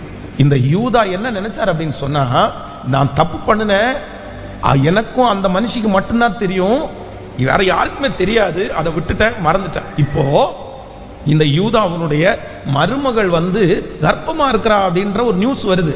இவளுடைய கணவனார் இறந்து போயிட்டாரு, அதாவது யூதாவுடைய பிள்ளை இறந்து போயிட்டு மருமகள் இப்படி இருக்கிறான்ற அந்த வார்த்தையை கேட்ட உடனே இவனுக்கு ரொம்ப கோபம் என்ன இப்படி பண்ணுனா, அவ கொல்லப்படணும்னு சொல்லி அப்போ நீங்கள் 38ஆம் அதிகாரத்தினுடைய 24வது வசனம், ஏறக்குறைய 3 மாதம் சென்ற பின்பு உன் மருமகளாகிய தாமார் வேசித்தனம் பண்ணினாள், அந்த வேசித்தனத்தினால் கர்ப்பவதியும் ஆனாள் என்று யூதாவுக்கு அறிவிக்கப்பட்டது. அப்பொழுது யூதா அவளை வெளியே கொண்டு வாருங்கள், அவள் சுட்டரிக்கப்பட வேண்டும் என்றான். அடுத்த வசனம் 25வது வசனம், அவள் வெளியே கொண்டு வர வட்டபோது அவள் தன் மாமனாரிடத்திற்கு அந்த அடமானத்தை அனுப்பி, இந்த பொருட்களை உடையவன் எவனோ அவனாலே நான் கர்ப்பவதியானேன், இந்த முத்திரை மோதம், இந்த ஆரமும் இந்த கோலும் யாருடையவைகள் பாரும் என்று சொல்லி அனுப்பினாள். அடுத்த வசனம், யூதா அவளைகளை பார்த்து அறிந்து, என்னிலும் அவள் நீதி உள்ளவள், அவளை என் குமாரனாகிய சேலாவுக்கு கொடாமற் போனேனே என்றால் அப்புறம் அவன் அவளை சேரவில்லை. கவனமா கவனிங்க. இன்றைக்கு ஆண்டவர் இந்த சுத்திகரிப்பு ஜெபத்துல நம்முடைய மறைவாய் இருக்கிற ரகசிய பாவத்திலிருந்து நீங்க வெளியே வரணும் பிரதர், நீங்க வெளியே வரணும் சிஸ்டர். யூதா மதிப்புக்குரிய ஒரு நபர், அவன் தவறு செய்ய வேண்டும் என்று அங்க டிராவல் பண்ணல, ஆனா எதேர்ச்சியா ஒரு இடத்துல அவன் சந்திச்ச போது அவன் இப்ப என்ன பண்றான்னா அந்த பாவத்திற்கு இழுக்கப்பட்ட உடனே அந்த பாவத்தை அவன் செஞ்சுட்டு இவன் என்ன நினைச்சிட்டான் அப்படின்னு சொன்னா, அவ்வளவுதான், அவ யாருன்னே தெரியாது, அவ எந்த ஊர்காரின்னே தெரியாது, மறந்துட்டோம், விட்டுட்டோம், அவ்வளவுதான் அப்படின்னு சொல்லி தன்னுடைய வீட்டுக்கு வந்துட்டான். 3 மாதம் தாண்டி தான் ஒரு பெரிய தவறு செய்தான், எல்லாருக்கும் முன்னாடி நீதிமான அவன் காண்பிக்கிறான். இப்போ தன்னுடைய மருமகள் வேசித்தனம் பண்ணினாள் என்கிற ஒரு செய்தியை கேட்ட உடனே வெளியே கொண்டு வாங்கப்பா, அவளை வெளியே கொண்டு வாங்க, அவங்கள சுட்டரிக்கணும், அவளை எரிச்சிடணும், அவளை உயிரோட வைக்க கூடாதுன்னு ஒரு பெரிய ஸ்ட்ரிக்டான வார்த்தையை சொல்றாரு. நம்ம நிறைய பேரு நம்ம ரகசியமாய் அவ்வளவு பாவங்கள், ரகசியமாய் அந்த தவறுகள், ஆனா வெளியில காண்பிக்கும் போது, வெளியே சொல்லும் போது, நீ எப்படி இப்படி பண்ணலாம், நீ எப்படி இப்படி செய்யலாம், நீ இவ்வளவு மோசமான ஆளா, நீ எல்லாம் சுட்டரிக்கப்பட வேண்டாமா அப்படின்னு நம்ம நிறைய பேர் சொல்றோம். அப்போ இந்த லேடி என்ன பண்றாங்க அப்படின்னு சொன்னா, ஒரு மோதிரத்தையும் ஒரு ஆரத்தையும் ஒரு கைக்கோலையும் ஒருத்தர்கிட்ட கொடுத்து, யூதாட்ட கொண்டு போய் இது கொடுத்து யாருடையதுன்னு பார்க்க சொல்லுங்க, என்ன மட்டும் தண்டிச்சா போதாது, இந்த கோலும் இந்த மோதிரமும் இந்த ஆரமும் யாருடையதோ அவர் தான் என்கிட்ட தப்பண்ணாரு, நான் ஒன்றும் வேசித்தனம் பண்ணல, நான் ஒன்றும் தெரியாத ஆளை போய் நான் பிடிச்சிக்கல அப்படின்னு சொல்லி அனுப்பி விட்ட உடனே வேதம் சொல்லுது, அந்த இடத்துல யூதா தன்னுடைய மானத்தை, தன்னுடைய மதிப்பை எல்லாத்தையும் இழந்து சொல்றான், என்னை காட்டிலும் அவள் யார் அப்படின்னா நீதி உள்ளவள். பிரதர் சிஸ்டர், ரகசியமான பாவம் என்று ஒன்றும் இல்லை. வேதம் சொல்லுகிறது, மறைக்கப்படாத ரகசியம் என்று ஒன்றும் கேட்கல, சத்தமா சொல்லுங்க, மறைக்கப்படாத ரகசியம் என்று ஒன்றும் இல்லை. இன்னைக்கு ஆண்டவர் யாரோ ஒருத்தருக்கு எச்சரிப்பு கொடுக்கிறாரு, உன்னுடைய ரகசிய பாவத்தை விட்டு வெளியே வந்துருங்க, உங்க ரகசிய பாவத்தை விட்டு வெளியே வந்துருங்க. யூதா நினைச்சான், அது மூடிருச்சு, அது மறைஞ்சிருச்சு, நம்மளை போய் அவங்க காட்டி கொடுக்குற அளவுக்கு யாரும் இல்லைன்னு நினைச்சான். ஆனா ஒரு நாள் அந்த லேடி முன்னாடி நின்று இந்த காரியத்தை செய்யும் போது வெட்கப்பட்டு போனான். கடந்த சில மாதங்களுக்கு முன்பாக, வருடங்கள் ஆயிடுச்சு, அதிகாலை ஜபத்திற்கு டெய்லி ஒரு நபர் எங்கிருந்து வருவாங்க அப்படின்னு சொன்னா, அன்னூர் பக்கத்துலேருந்து வருவார். டெய்லி காலையில் அவ்வளோ தூரம், கிட்டத்தட்ட இங்கேருந்து 1 மணி நேரத்துக்கு மேலே டிராவல். காலையில் 5 மணிக்கு இங்கே ஜபம் நடக்கும் அப்படின்னு சொன்னால் அவர் 3:45 மணிக்கு கிளம்பணும். அவ்வளவு பக்தியாய் நடக்கிறவர். ஆண்டவரோட நெருங்கினார், ஆண்டவர் அவரை ஆசீர்வதிச்சார், பெரிய ஆசீர்வாதத்தை கொடுத்தார். எனக்கு ரொம்ப சந்தோஷமா இருக்கும் அவரை பார்க்கும்போது. பிரதர், எவ்வளோ பிரதர், நீங்கள் ரொம்ப ஆசீர்வதிக்கப்பட்டவங்க பிரதர், ஆனால் திடீரென்று ஒரு 2 ஆண்டுகள் தாண்டி ரொம்ப மெல்லிஞ்சிட்டார், ரொம்ப ஒல்லி ஆயிட்டார். அப்போ ஒரு நாள் சர்ச்சுக்கு வந்தார். வந்த உடனே, ஏன் பிரதர் உங்களுக்கு என்ன ஆச்சு, உடம்பு நல்லா இல்லை? அப்போ வந்து அவர் என்ன எல்லாரையும் விட்டு தனியாக என்னை கூட்டிகிட்டு போனார். உங்கள்கிட்ட ஒரு சின்ன விஷயத்த பேசணும் பாஸ்டர், என்னை தனியாக வாங்க அப்படின்னு சொன்னார். சரி அப்படின்னு சொல்லிட்டு கூட்டிகிட்டு போனேன். கூட்டிகிட்டு போனோன்னு அவர் சொன்னார், பாஸ்டர் எனக்கு நடந்த சம்பவத்தை சொல்கிறேன், ஹெச்ஐவி பாசிட்டிவ், எனக்கு ஹெச்ஐவி பாசிட்டிவ். எனக்கு அப்படியே அதிர்ந்துட்டேன் நான். பிரதர் என்ன சொல்கிறீங்க, என்ன சொல்கிறீங்க, எப்படி எப்படி ஆயிடுச்சு, என்ன ப்ராப்ளம் ஆயிடுச்சு, இன்ஜெக்ஷன் ஏதாவது மாற்றி போட்டாங்களா, இல்லை ஏதாவது பிரச்சனையா, உங்களுக்கு இந்த ஹெச்ஐவி வர்றதுக்கு என்ன என்ன பிரச்சனை அப்படின்னு கேட்கும்போது அவர் வந்து ஒரு டிரைவிங்கில் இருந்தார். அவர் ஒரு 7-8 ஆண்டுகளுக்கு முன்னாடி டிரைவிங்கில் இருந்தார். அப்போது இந்த டிரைவர் வேலை பார்க்கும்போது சில இடங்களில் வந்து பார்த்தீங்க அப்படின்னு சொன்னால், இரவு நேரத்தில் வண்டியை நிப்பாட்டிட்டு இந்த ஆண்டவரை அறிந்ததற்கு பிற்பாடும் இவர் என்ன பண்ணியிருக்கிறாருன்னா, நிறைய தவறு செஞ்சுட்டார். அதன் மூலமாய் யாரோ ஒருத்தருக்கு இருந்த நோய் வந்து இவருக்கு தொத்திருச்சு. உண்மையிலேயே ஒரு வருத்தத்துக்குரிய விஷயம். அவர் வாங்கின வீடு, அவர் வாங்கின காரு, அவருடைய வேலை எல்லாத்தையும் விட்டுட்டு இப்போ சமீபத்தில் ஒரு 2 மந்த்ஸுக்கு முன்னாடி தான் இறந்தார். அவர் ரொம்ப சிக்காயிட்டார், அவர் ரொம்ப முத்திருச்சு, அது வந்து ரொம்ப ஓவராக போயிடுச்சு. எல்லாத்தையும் விட்டுட்டு அவருடைய ட்ரீட்மெண்ட்டுக்காக இந்த ஊரை விட்டே வெளியே ஒரு ஊருக்கு போய் அங்கே ஒரு வீடு வாடகைக்கு எடுத்து தங்கி, ஊருக்கு கூட வராமல் அங்கேயே மரித்து, தன்னுடைய பிள்ளைகளுக்கு இந்த அவமானத்தை கொண்டு வர வேண்டாம், தன்னுடைய பிள்ளைகளை எல்லாரும் தப்பாக நினச்சிருவாங்க அப்படின்னு சொல்லி அந்த ஊர்லேயே மரித்து அங்கேயே அடக்கம் பண்ணப்பட்டார். இங்கே அவருடைய பாடியை கூட கொண்டு வரவே இல்லை. ரொம்ப வருத்தத்துக்குரிய விஷயம். உங்களையும் என்னையும் ஆண்டவர் நிறைய நேரத்தில் தப்பு வைக்கிறார். சிஸ்டர் தப்பு வைக்கிறார், பிரதர் தப்பு வைக்கிறார். நம்முடைய ரகசிய பாவங்களை ஆண்டவர் யாருக்குமே சொல்லலை, ஆண்டவர் யாருக்குமே காமிச்சு கொடுக்கல. யாருக்குமே தெரியாமல் இருக்கிறதுனால நம்ம நிறைய பேர் நல்லவங்கன்ற பேரை வாங்குறோம். நம்மளை நிறைய பேர் நம்புறாங்க, உங்களை நம்பி ஜப குறிப்பை சொல்றாங்க, உங்களை நம்பி ஊழியத்தை கொடுக்குறாங்க, உங்களை நம்பி உங்களை பெருசா நம்புறாங்க. ஆனா ஆண்டவர் ஏன்னா உங்களை எல்லா விதத்திலையும் கத்தர், சரி என் பிள்ளை இன்னைக்கு மாறுவான், என் பிள்ளை நாளைக்கு மாறுவான், என் பிள்ளை கண்டிப்பா திருந்துவான், என் பிள்ளை அதிலிருந்து வெளியே வருவான் அப்படின்ற ஒரு காரணத்திற்காக தான், அவருடைய நாமத்திற்கு அது கெட்ட பேரு. இல்லைன்னா உங்கள் நிமித்தமாய் ஊழியம் போயிடும், நீங்க ஒன்றும் இல்லாம போயிருவீங்க. இந்த ஒரு காரணத்திற்காக தான் ஆண்டவர் நம்முடைய ரகசிய பாவங்களை மறைத்து கொண்டே இருக்கிறார். அவருக்கு எல்லாம் தெரியும், அவர் எல்லாத்தையும் பார்க்கிறார். இன்றைக்கு இந்த சுத்திகரிப்பு ஜபத்தில் ஆண்டவர் உங்களை எச்சரிக்கிறார். ஆண்டவர் மறுபடியும் உங்களிடத்தில் பேசுகிறார். யாருக்கும் தெரியாத ரகசிய பாவத்தை விட்டு வெளியே வந்துவிடும் மகனே. அது ஒரு நாள் உன்னை ஆபத்தை கொண்டு வந்தும், அது ஒரு நாள் உன்னுடைய பேரை கெடுத்துவிடும், அது ஒரு நாள் உன்னுடைய சாட்சியை கெடுத்துவிடும், ஒரு நாள் மற்றவர்களுக்கு முன்பாக வெட்கப்படுத்தி உன்னை நிற்க வைக்கும். அன்றைக்கு அந்த அவமானத்தை யார் சுமக்க முடியும்? அன்றைக்கு இந்த உலகம் உன்னை மதிக்காது. அன்றைக்கு உன்னுடைய கைகளில் இருக்கிற பொறுப்புகள் பிடுங்கப்படும். அன்றைக்கு நீ எல்லாவற்றையும் இழந்து நீ ஒன்றுமில்லாதவனாய் நிற்பாய். ஒரு ஆண்டவர் மன்னிச்சிருவார் பிரதர், ஆண்டவர் மன்னிச்சிருவார் சிஸ்டர். ஆனா இந்த உலகம் ஒரு நாள் நம்மளை என்ன பண்ணாதுன்னா ஏத்துக்கவே ஏத்துக்காது. இந்த உலகத்துக்கு முன்னாடி இருக்கிற நம்மை குறித்து பொய்யாய் பேசுகிறதை குறித்து கவலைப்பட வேண்டாம்.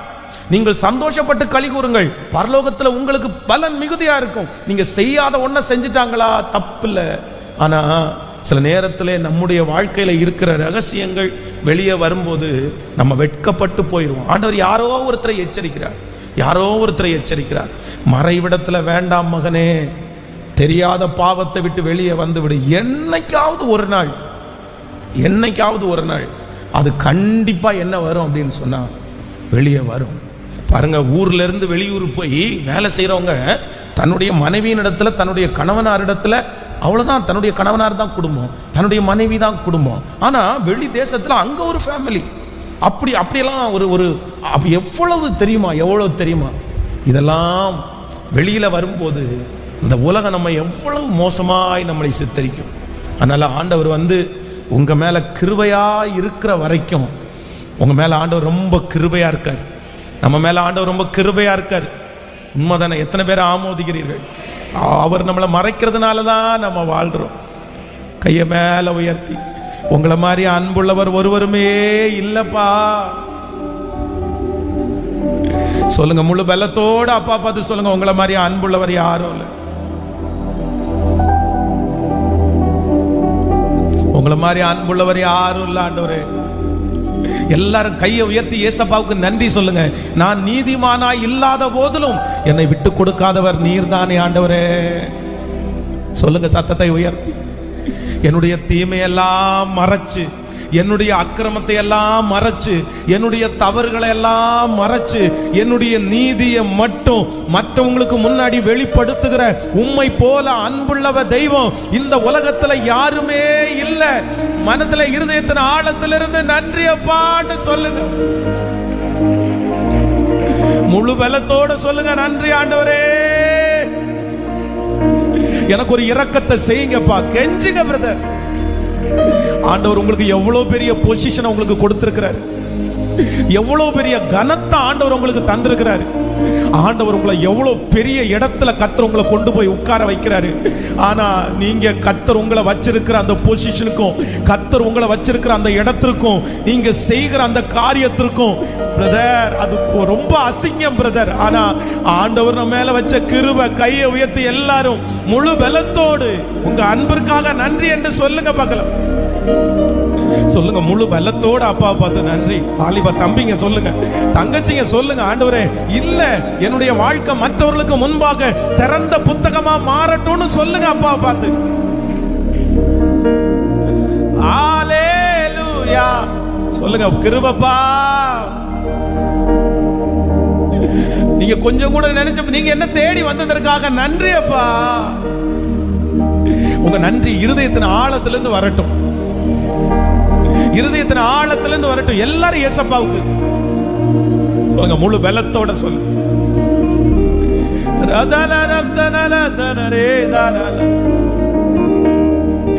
ஏசப்பா ஏசப்பா ஏசப்பா ஏசப்பா ஏசப்பா ஏசப்பா ஏசப்பா ஏசப்பா. ஓ நன்றி. ஆமென். ரகசிய பாவத்தை விட்டு நீங்க வெளியே வந்துருங்க. ஏன் அப்படின்னு சொன்னா, இந்த ரகசிய பாவத்திற்கு ஒரு ஆபத்து இருக்குது. இந்த ரகசிய பாவத்திற்கு ஒரு ஆபத்து இருக்குது. என்ன ஆபத்து அப்படின்னு சொன்னா, நம்ம நினைச்சிருக்காத நேரத்தில், நம்ம எதிர்பாராத நேரத்தில், நம்ம மறந்த நேரத்தில் நம்ம செஞ்ச பாவம் நமக்கு முன்னாடி பாம்பு மாதிரி வந்து நின்றும். பாருங்க, இந்த மனுஷனால யாருக்கு அவமானம் அப்படின்னு சொன்னா, சந்ததிக்கே அவமானம். பாருங்க, ஒரு தகப்பனாய் ஒரு தாயா இருந்துட்டு தன்னுடைய பிள்ளைகளுக்கு தவறான வாழ்க்கை வாழ்ந்து ஒரு கெட்ட பேரை சுமந்து கொடுக்கிற ஒரு அம்மா, ஒரு அப்பா, உன் பிள்ளைக்கு நல்லது கூட நீ செய்யலைன்னா கூட பரவாயில்ல, அதுவும் ரட்சிக்கப்படுறதுக்கு முன்னாடி என் அம்மா கெட்டவா, என் அப்பா கெட்டவன் அப்படின்னு சொல்லலாம். ரட்சிக்கப்பட்டதுக்கு பிற்பாடு இவ்வளவு ஒரு கெட்ட பேரை, எத்தனை பிள்ளைங்களுடைய அழுக தெரியுமா? அவ்வளவு வருத்தமா இருக்கும். ஏப்பா, எங்க அப்பா எனக்கு ஒண்ணுமே சம்பாரிச்சு கொடுக்கலன்னா பரவாயில்ல, இவ்வளவு அசிங்கமான ஒரு பேரை எனக்கு வச்சு கொடுத்துட்டு போயிட்டாரு, கெட்ட பேரை வச்சு கொடுத்துட்டு போயிட்டாரு. பிள்ளைகளுக்கு அசுத்தமான பேரை எப்படி நீங்க வச்சு கொடுப்பீங்க? அதனால மனம் திரும்பணும், நம்ம விட்டு கொடுக்கணும், ஒப்பு கொடுக்கணும். ஒரு புதிய ஆண்டுக்குள்ள போகிறதுக்கு முன்னாடி உங்களுடைய வாழ்க்கை எப்படி இருக்கணும், இதோட ஸ்டாப் பண்ணுவோம், இதோட ஸ்டாப் பண்ணுவோம். பிரதர், எவ்வளவுதான் சீக்ரெட்டான இடமா இருந்தாலும், எவ்வளவுதான் கான்ஃபிடென்ட்டான ஒரு ஆளா இருந்தாலும், சில நேரத்தில் நமக்கே தெரியாம சில நேரத்தில் என்ன பண்ணிடும்னா வெளியே வந்துடும், அது நிற்கும். ஒன்று, இந்த ரகசியமான பாவத்திற்கு ஒன்று அது எல்லாருக்கும் முன்னாடியும் வெளியே வந்துடும் ஒரு நாளைக்கு. இப்போ இரண்டாவது ஒரு ஆபத்து இருக்குது. என்ன ஆபத்து அப்படின்னு சொன்னா, ரகசியமான பாவம் யாருக்குமே தெரியாமல், இந்த உலகத்துல இல்ல மனிதனுக்கு தெரியாமல் மூடப்பட்டாலும் எது நம்மளை பாதிக்கும் தெரியுமா?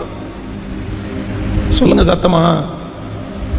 மனசாட்சி இருக்குல்ல, நமக்குள்ள ஒரு குற்ற மனசாட்சி இருக்குல்ல, நம்முடைய மனசாட்சியிலே இருந்து நம்மை விட்டு, அதுதான் ஆண்டவர் சொல்றாரு, பாவம் உன் வாசற்படியில் படுத்து கிடக்கும். காயின் ஆபேலை கொன்னுட்டார். ஆபேலை கொன்னுட்டு புதைச்சிட்டு வீட்டுக்கு வந்தாச்சு. அவங்க அம்மா அப்பாவுக்கு ஒண்ணுமே தெரியும், ஆதாம் ஏவாளுக்கு எதுவும் தெரியாது. ஏன் அப்படின்னு சொன்னா, அன்னைக்கு அவ்வளவு பறந்து விரிந்த உலகத்துல 2 பேர் தான் இருக்கிற, 4 பேர் தான் இருந்தாங்க, வேற ஆள் இல்லை.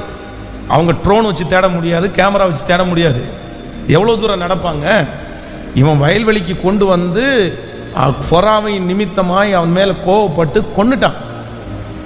இப்போ ஆண்டவர் என்ன கேட்குறாரு அப்படின்னு சொன்னா, காயினை பார்த்து கேட்குறாரு, காயினே காயினே ஆபேல் எங்க?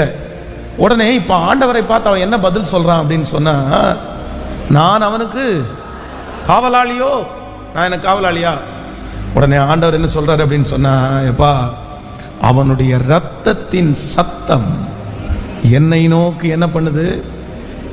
நீ செஞ்ச பாவத்தினுடைய அந்த விளைவு, அந்த அக்கிரமம், நீ மண்ணை போட்டு மூடி மறைச்சிட்ட, நீ சாந்து போட்டு அதை அவ்வளோதான், நீ வெளியவே வராத அளவுக்கு நீ எல்லாத்தையும் பண்ணிட்ட. ஆனால் ஒன்று, அந்த பாவத்தினுடைய விளைவு என்கிற ஒன்று உன்னுடைய மனசாட்சியை ஒவ்வொரு நாளும் என்ன பண்ணும் அப்படின்னு சொன்னால், நமக்கு ஒரு வியாதி வரும்போது, ஒரு பிரச்சனை வரும்போது முதல்ல வந்து நிற்கிறது என்ன வந்து நிற்கும் அப்படின்னு சொன்னால், உங்களுடைய ரகசியமான பாவம் தான் உங்களுக்கு முன்னாடி வந்து நிற்கும். ஹலோ, நீங்கள் செய்கிற ரகசிய பாவத்திற்கு இன்னொரு தாக்கம் இருக்குது, இன்னொரு வல்லமை இருக்குது. எப்படி வந்து நிற்கும் அப்படின்னு சொன்னால், உங்களுடைய வாழ்க்கையிலே கர்த்தர் உங்களை எந்த போராட்டங்களும் உங்களுக்கு வந்தாலும் உங்கள் கண்ணுக்கு முன்னாடி வந்து, நான் செஞ்ச தப்புக்கு நான் அனுபவிக்கிறேன், நான் இவ்வளவு மோசமான ஒரு ஆள், உங்கள் மனசாட்சி ஏன் இப்படி பண்ண, ஏன் இப்படி பண்ணேன்னு கேட்கும். அதனால தான் ஆண்டவர் இன்றைக்கு இந்த சுத்திகரிப்பு ஜெபத்தில் சொல்கிறாரு, உன்னுடைய ரகசிய பாவத்தை விட்டு நீங்கள் என்ன பண்ணணும் அப்படின்னா சத்தமாக சொல்லுங்க. எத்தனை பேர் தீர்மானம் எடுக்கிறீங்க? எத்தனை பேர் ஒப்பு கொடுக்குறீங்க? Thank you Jesus. உங்களுடைய ஒரு பக்கம் தான் எல்லாருக்கும் தெரியும் பிரதர், உங்களுடைய ஒரு பக்கம் தான் எல்லாருக்கும் தெரியும் சிஸ்டர், இன்னொரு பக்கம் தெரியாது. ஒரே பெட்டில் தான் படுத்து தூங்குறீங்க, ஒரே சாப்பாடு, ஒரே தட்டு, ஒரே பானையில் ஆக்கின சாப்பாடு தான் நீங்கள் சாப்பிட்றீங்க. ஆனால் உங்களுடைய நினைவே வேற, உங்களுடைய வாழ்க்கையே வேற. உங்கள் மனைவி உங்களை பார்த்து உன்ன மாதிரி ஒரு பரிசுத்தவான் இல்லை அப்படின்னு சாட்சி கொடுக்குறாங்க.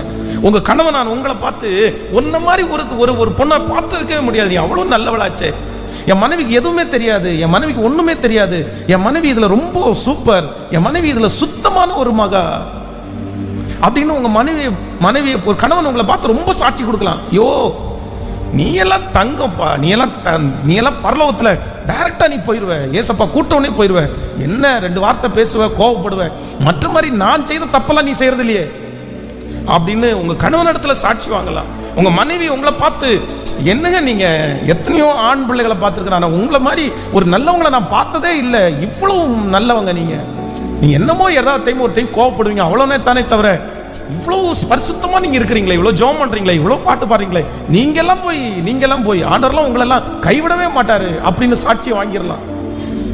உங்க பிள்ளைகளிடத்துல கூட பிள்ளைங்க கூட, எங்க அப்பாவுக்கு ஒண்ணுமே தெரியாது, எங்க அம்மாவுக்கு ஒண்ணுமே தெரியாது, எங்க அம்மா சுத்தம், எங்க அப்பா சுத்தம், ஐயோ எங்க அம்மாவுக்கு பாவம்னா என்னன்னு தெரியாது, எங்க அம்மா பாவத்துக்குள்ள இழுக்கவே முடியாது, எங்க அம்மாவுக்கு வீடை விட்டா, எங்க பெட்ரூமை விட்டா கிச்சனை விட்டா, அப்படி அந்த மாதிரி எல்லாரிடத்திலையும் சாட்சி வாங்கலாம், எல்லாரும் உங்களை நல்லவங்கன்னு சொல்லலாம். ஆனா வேதம் சொல்லுது, மனிதனோ முகத்தை பார்க்கிறான், கர்த்தர் எங்க பார்க்கிறார் அப்படின்னு சொன்னா, உங்களுடைய அந்தரங்கத்தை கர்த்தர் பார்க்கிறார், உங்க மறைவிடத்தை கர்த்தர் பார்க்கிறார், உங்களுடைய உள்ளான வாழ்க்கையை கர்த்தர் பார்க்கிறார். அது சுத்தமா இருக்கா, அது உண்மையா இருக்கா, அது எப்படி இருக்கு, அது கேடு உள்ளதா இருக்குதா, அது திருக்குள்ளதா இருக்குதா, அது அசுத்தமா இருக்குதா? பிரதர் சிஸ்டர், சாட்சிய கணவன் இடத்துல இருந்து வாங்கினா போதாது, மனைவியின் இடத்துல இருந்து வாங்குறது போதாது, பிள்ளைகளிடத்துல வாங்குறது போதாது. என்னை குறிச்சு யாரு சாட்சி கொடுக்கணும்னா, எனக்கு முதல்ல சாட்சி கொடுக்கிறவர் கர்த்தர். என் தாசனாகிய மோசேயோ அப்படிப்பட்டவன் அல்ல அப்படின்னு என் கர்த்தர் சாட்சி கொடுக்கணும். யோபுவை பார்த்து உத்தமனும் சன்மார்க்கனும் தேவனுக்கு பயந்து பொல்லாப்புக்கு விலகிறவன் என்று கர்த்தரிடத்துல நான் சாட்சி வாங்கணும். கையை உயர்த்தி எல்லாரும் முழு வெள்ளத்தோடு கேளுங்க, ஆண்டவரே உங்களிடத்துல நான் சாட்சியை வாங்கணும். சொல்லுங்க, சத்தமா சொல்லுங்க, அப்பா சொல்லுங்க, முழு வெள்ளத்தோட சொல்லுங்க. பத்தாது, இந்த சத்தம் பத்தாது. முழு பலத்தோட இயேசுவே ஸ்தோத்திரம். 2025வது வருஷத்துல, புது வருஷத்துல உங்கள்ட்ட இருந்து நான் சாட்சியை வாங்கணும்னு சொல்லுங்க. முழு பலத்தோட கேளு. அப்படியே ஜெபிச்சுட்டே இருங்க பார்க்கலாம். அந்த கர்த்தரிடத்துல மட்டும் நீங்க சாட்சியை வாங்கிட்டீங்கன்னா நான் நம்புறேன், அது போதும், அது போதும். நீங்க என்ன இழந்தாலும் உங்களுக்கு திரும்ப வரும். அவர் உங்களை கைவிட மாட்டார். அவர் உங்களை கொன்று போட்டாலும் அவர் மேல நம்பிக்கையா இருப்பீங்க. ஆமென். நான் போகும் வழி அவர் அறிவார். என்னை சோதித்த பிறகு பொன்னாக. கையை உயர்த்தி ஜெபம் பண்ணிட்டே இருங்க, ஜெபம் பண்ணிட்டே இருங்க. நல்ல சத்தத்தை உயர்த்தி ஒரு 5 நிமிஷம் ஜெபம் பண்ணுங்க. உங்க கையில நான் சாட்சியை வாங்கணும்னு சொல்லுங்க. சொல்லுங்க எல்லாரும் இருதயத்தின் ஆழத்திலிருந்து முழு பலத்தோட சொல்லிட்டே இருங்க. Yes yes yes. ஹalleluya.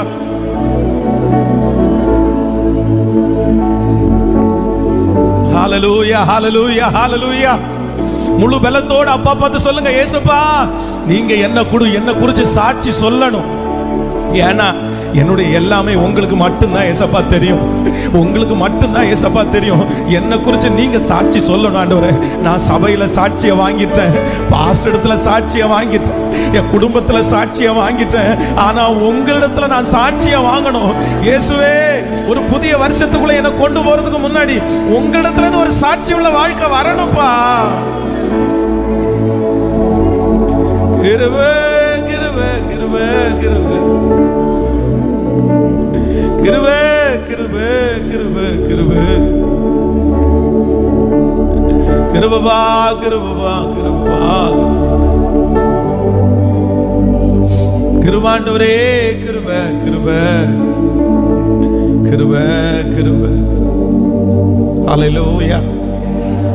கைகளை உயர்த்தி ஒரு ஹல்லேலூயா சொல்லுங்க. இந்த உலகத்துல நம்மளை குறித்து நல்ல பேரை, நம்மளை குறித்து நல்லதை சொல்றது மாதிரி 10 பேரை சம்பாதிக்கிறது பெரிய விஷயம் இல்லை.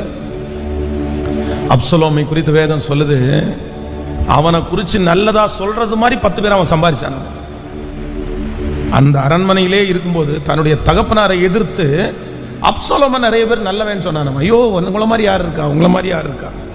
வர்றவங்க எல்லாரையும் வழியில் நிப்பாட்டி அவங்களுடைய பிரச்சனை என்னன்னு விசாரிச்சு, இவன் ஆள் பார்க்கறதுக்கு பயங்கரமாக இருப்பானே, உச்சந்தலை முதல் உள்ளங்கால் வரைக்கும் அப்சலோமுக்கு என்ன இல்லை, பழுதே இல்லையாமோ.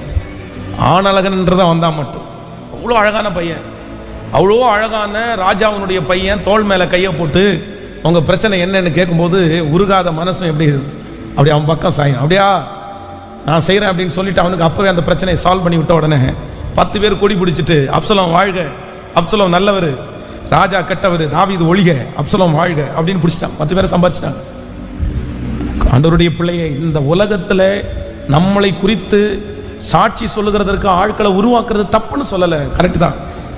ஆனால் உண்மையில் நம்மளை குறித்து யார் தான் சாட்சி சொல்லணும்னா கரெக்ட். சில நேரத்தில் நான் சர்ச்சில் பிலீவராக இருக்கும்போது அடிக்கடி கற்பனை பண்ணுவேன். என்ன கற்பனை பண்ணுவேன்னா, நான் அந்த மாதிரி ஜெபம் பண்ணுவேன். அதனால் பாஸ்டர் வந்து ஒரு நாள் என்னை கூப்பிட்டு மேடையில் என்னை நிற்க வச்சு, இந்த பையனை மாதிரி இருங்கப்பா, இந்த பையனை மாதிரி இருங்கப்பா, எப்படி வரான் பாரு, எவ்வளோ சீக்கிரமாக வரான் பாரு, ஒழுக்கமுள்ள பிள்ளைப்பா, இவன் நல்ல பாட்டு பாடுறான்ப்பா, நல்ல வசனம் சொல்கிறான்ப்பா, இவனை மாதிரி இருங்கப்பான்னு எங்கள் பாஸ்டர் ஒரு நாளாவது சொல்லணும் அப்படின்னு கனவெல்லாம் காண்பேன் நான். உண்மையிலே பெரிய கற்பனை இருக்கும். அப்படி ஒரு நாள் சொன்னால் எப்படி இருக்கும், பாஸ்டரை வந்து என்னை கூப்பிட்டு சொன்னால் எப்படி இருக்கும், வெளியிலேருந்து வர ஒரு பாஸ்டர் என்னை கூப்பிட்டு சொன்னால் எப்படி இருக்கும் அப்படின்னு எல்லாம் நினச்சிருக்கிறேன். ஆனால் உண்மையிலேயே சில நேரங்களில் நல்ல பேரும் வாங்கியிருக்கிறேன், நல்ல பையன் அப்படின்ற பேர்லாம் வாங்கியிருக்கிறோம். ஆனால் உண்மையிலே எனக்கு வேதத்தினுடைய அறிவு வந்ததுக்கு பிறகு என்னுடைய பாஸ்டர் என்ன நல்ல பையன்னு சொல்றதுனால இந்த உலகத்தில் ஆண்டவருடைய சித்தத்தை என்னால் நிறைவேற்ற சொல்லுங்க முடியவே முடியாது. ஆண்டவருடைய டீலே வேற, உலகத்தினுடைய டீலே வேற.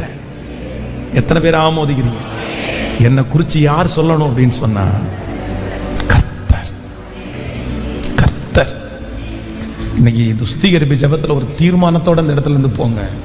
ஆண்டவரே, ஒரு நாள் என்னை குறித்து நீங்க சாட்சி சொல்லுகிறேன். நான் வருகிற ஆண்டே கர்த்தர் என்னை குறித்து சாட்சி சொல்லுகிறேன். எனக்கு மறைவானது ஒன்றுமே இல்லை. தெரியாதது ஒன்றுமே இல்லை. என் இருதயம் உமக்கு முன்பாக அப்படியே திறந்த புத்தகமாய் இருக்கிறது. ஹல்லேலூயா, ஹல்லேலூயா, ஹல்லேலூயா. ஓ நன்றி, நன்றி, நன்றி, நன்றி, நன்றி, நன்றி. நீங்க எங்களை மெச்சிக்கொள்ள போகிறதற்காக நன்றி அப்பா. உங்க கையிலிருந்து ஒரு கைத்தட்டுதலை நாங்க வாங்க போகிறதற்காக நன்றி அப்பா. ஹல்லேலூயா. மொர்தெகாய்க்காக ராஜாவுடைய தூக்கத்தை கெடுத்து ஆமான் என்கிற ஒரு துஷ்டம் வர்றான். என் பிள்ளைய தூக்கல மாட்டணும்னு நினைக்கிறான். ஆனா என் பிள்ளைய தூக்கல மாட்டுறதுக்கு அவன் யாரு? என் பிள்ளைக்கு அந்த ஸ்தானத்தை அல்ல, அவனுக்கு வேற ஸ்தானத்தை வச்சிருக்கேன்னு ராஜாவிட்டையே மொர்தெகாயை குறித்து ஒரு நல்ல வார்த்தையை பேசுற அந்த தேவன் எனக்காக அப்படிப்பட்ட பேரை நான் சம்பாதிக்கணும் ஆண்டவரே. சொல்லுங்க, ஜோமனு முழு வெள்ளத்தோட அப்பாட்ட கேளுங்க. இயேசுவே கெஞ்சுங்க, ஆண்டவர்ட்ட கெஞ்சுங்க. ஹல்லேலூயா, ஹல்லேலூயா. என் மனைவி இடத்துல நல்ல பேர் வாங்குறதுக்கு கிருபை செஞ்சவங்க நீங்க தான் ஆண்டவரே. என் கணவன் இடத்துல நல்ல பேர் வாங்குறதுக்கு கிருபை செஞ்சவங்க நீங்க. ஏன்னா நீங்க என்ன பாதுகாத்ததுனால தான் அந்த பேரை இன்னைக்கு வாங்கி இருக்கிறேன். நீங்க என்ன பாதுகாத்ததுனால தான் அந்த பேரை நான் வாங்கி இருக்கிறேன். ஆனா இவங்க எல்லாரிடத்துலயும் நீங்க எனக்கு பேர் வாங்க வச்சீங்கல்ல. இப்ப நான் ஜெபிக்கிறேன் ஆண்டவரே, இந்த பேரை உங்கள்கிட்ட நான் வாங்கணும் ஆண்டவரே. சத்தத்தை உயர்த்தி ஜெபம் பண்ண அந்த கிருபை வெளிப்படுது. முழு பலத்தோட கேளுங்க, உங்கள்கிட்ட வாங்கணும் ஆண்டவரே, உங்கள்கிட்ட வாங்கணும் ஆண்டவரே, உங்கள்கிட்ட அந்த நல்ல பேரை வாங்கணும் ஆண்டவரே, உங்கள்கிட்ட அந்த நல்ல பேரை வாங்கணும்பா, வாங்கணும்பா. எங்களுக்கு இரக்கம் செய்கிறவர் நீங்க தானே அப்பா. வாலிப தம்பிங்க ஜெபிக்க ஜெபிக்க கர்த்தருடைய கிருபை உங்க மேல இறங்கட்டும். எஸ், ஆமா, சத்தம், அந்த சத்தம் எங்கேயோ ஒரு இடத்துல ஒரு பிரதருடைய சத்தம் மட்டும் அப்படியே உயர்ந்து கேட்குது. அதே போல ஆங்காங்கே நிறைய பேருடைய சத்தம் உயரட்டும். கர்த்தர் ஒரு நாள் உங்களை முன்னாடி நிக்க வச்சு இந்த சொப்பனத்தை கர்த்தர் உங்களுக்கு காமிக்கணும். ஒரு ஸ்டேஜ்ல நிக்க வச்சு ஏசப்பா வந்து ஒரு கிரீடத்தை எடுத்துக்கொண்டு வந்து உங்க தலைமையில வச்சு நீ என் பிள்ளைன்னு உங்களை குறிச்சு சொல்லணும். தூதர்களுக்கு முன்னாடி கர்த்தர் உங்களை புகழ்கிற ஒரு நாள் வரணும். ஸ்தோத்திரம், ஸ்தோத்திரம், ஸ்தோத்திரம், ஸ்தோத்திரம், ஸ்தோத்திரம், ஸ்தோத்திரம், ஸ்தோத்திரம், ஸ்தோத்திரம், ஸ்தோத்திரம். தகப்பனாக இதுவரையிலும் என்னை நடத்தினதற்காக நன்றி. தந்தையே, உங்க தயவால தான் நான் வனாந்தரத்தை தாண்டினேன். நீங்க தான் அப்பாவா எனக்கு இருந்தீங்க. ஒரு சொந்த அப்பா அம்மா எப்படி பிள்ளைகளுடைய தப்ப அப்படியே மறைச்சு எல்லாருக்கும் முன்னாடி காமிக்காம அவங்க திட்டி அவங்க சரி செய்யறதுக்கு மற்றவங்க கையில தண்டனைக்கு கொடுக்காம அந்த பிள்ளைய திருத்தக்கூடிய பொறுப்பை எடுக்கிறது மாதிரி எனக்கு அப்பாவா எனக்கு அம்மாவா இருந்து ஏன் தப்ப திருத்துறதற்கு அதை மறைச்சு என்ன திருத்த நினைச்ச உங்களை மாதிரி ஒரு நல்லவர் ஒருவரும் இல்லப்பா. தகப்பனாக நன்றி அப்பா, நன்றி, நன்றி. என் உயிர் உள்ளவரை உம்மை துதிப்பேன் ஆண்டவரே, என் உயிர் உள்ளவரை உம்மை துதிப்பேன் ஆண்டவரே. நீர் என்னுடைய ரகசியங்களை எல்லாம் மறைத்ததற்காக உமக்கு நன்றி ஆண்டவரே. ஹல்லேலூயா. ஒரே ஒரு வசனத்தை வாசி நான் உங்களுக்கு ஜெபித்து முடிக்க ஆசைப்படுகிறேன். 2 சாமுவேல் 12வது அதிகாரத்தினுடைய 7வது வசனத்தை வாசிக்க போறோம். 2 சாமுவேல் 12வது வசனம் 7வது வசனம். அப்பொழுது நாத்தான் தாவீதை நோக்கி, நீயே அந்த மனுஷன். இஸ்ரவேலின் தேவனாகிய கர்த்தர் சொல்லுகிறது என்னவென்றால், நான் உன்னை இஸ்ரவேல் மேல் ராஜாவாக அபிஷேகம் பண்ணி உன்னை சவுலின் கைக்கு தப்புவித்து உன் ஆண்டவனுடைய வீட்டை உனக்கு கொடுத்து உன் ஆண்டவனுடைய ஸ்திரீகளையும் உன் மடியிலே தந்து இஸ்ரவேல் வம்சத்தையும் யூதா வம்சத்தையும் உனக்கு கையளித்தேன். இது போதாதிருந்தால் இது போதாதிருந்தால் இன்னும் உனக்கு வேண்டியதை தருவேன். கர்த்தருடைய பார்வைக்கு பொல்லாப்பான இந்த காரியத்தை செய்து அவருடைய வார்த்தையை நீ அசட்டை பண்ணினது என்ன? ஏத்தியனாகிய உரியாவை நீ பட்டயத்தால் மடிவித்து அவன் மனைவியை உனக்கு மனைவியாக எடுத்துக்கொண்டு அவனை அம்னோன் புத்திரரின் பட்டயத்தாலே கொன்று போட்டாய். இப்போதும் நீ என்னை அசட்டை பண்ணி ஏத்தியனாகிய உரியாவின் மனைவியை உனக்கு மனைவியாக எடுத்துக்கொண்டபடியினால் பட்டயம் என்றென்றைக்கும் உன் வீட்டை விட்டு விலகாதிருக்கும். கர்த்தர் சொல்லுகிறது என்னவென்றால், இதோ நான் உன் வீட்டிலே பொல்லாப்பை உன்மேல் எழும்ப பண்ணி உன் கண்கள் பார்க்க உன் ஸ்திரீகளை எடுத்து உனக்கு அடுத்தவனுக்கு கொடுப்பேன். அவன் இந்த சூரியனுடைய வெளிச்சத்திலே உன் ஸ்திரீகளோடே சயனிப்பான். நீ ஒளிப்பிடத்தில் அதை செய்தாய். நானோ இந்த காரியத்தை இஸ்ரவேல் எல்லாருக்கும் முன்பாகவும் சூரியனுக்கு முன்பாகவும் செய்விப்பேன் என்று சொன்னார். ஆமென். ரொம்ப ஒரு தாவீத ஆண்டவர் இவ்வளவு கண்டிப்பா ஆண்டவர் தாவீதோட இருந்ததே இல்லை. வேதம் சொல்லுகிறது, தாவீத ஆண்டவர் எப்படி வச்சிருந்தார்னா, என்னுடைய இருதயத்திற்கு ஏற்ற தாசன், இருதயத்திற்கு ஏற்ற தாசன். ஆனா இந்த உரியா அவனுடைய மனைவியினுடைய விஷயத்துல எல்லாத்தையும் அழகா செஞ்சு முடிச்சுட்டு ஒண்ணுமே தெரியாத மாதிரி அப்படியே நார்மலா எந்த தப்புமே நடக்காதபடி எல்லாத்தையும் முடிச்சுட்டு அழகா டிராவல் பண்ண ஆரம்பிச்சிட்டார் தாவீது. அது ஒரு பெரிய விஷயமாவே எடுக்கல. இவர் என்ன நினைச்சாருன்னா, ஆண்டவர் அதை பெருசா எடுக்கல போல அப்படி நினைச்சாரா, இல்ல இது வெளியே வரவே இல்லைன்னு நினைச்சாரா? அப்படியே சுமூகமா அவருடைய வாழ்க்கையை வாழ்ந்துட்டு இருக்காரு. ஆனா திடீரென்று ஒரு நாள் நாத்தான் என்கிற தீர்க்கதரிசியை ஆண்டவர் அனுப்பி ஒரு 1 இயர் ஆண்டவர் அனுப்பி என்ன சொல்றாருன்னா, இந்த வார்த்தையெல்லாம் சொல்லி நீ என்ன இப்படி பண்ணுனேன்னு கர்த்தர் சொல்றாரு.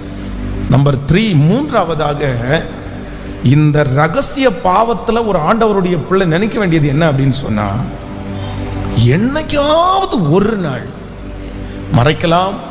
அதனுடைய விளைவு நமக்கு தெரியாம இருக்கலாம், அதனுடைய தாக்கம் நம்ம அறியாம இருக்கலாம். ஆனா என்னைக்காவது ஒரு நாள் இதே போல நம்மை விடாது என்கிறதை தேவனுடைய பிள்ளைகள் அறியணும். ஆமேன் சொல்லுங்கள். இன்றைக்கே ரட்சணியான நாள், இன்றைக்கே அனுக்கிரக காலம். ஆமேன் சொல்லுவோம்.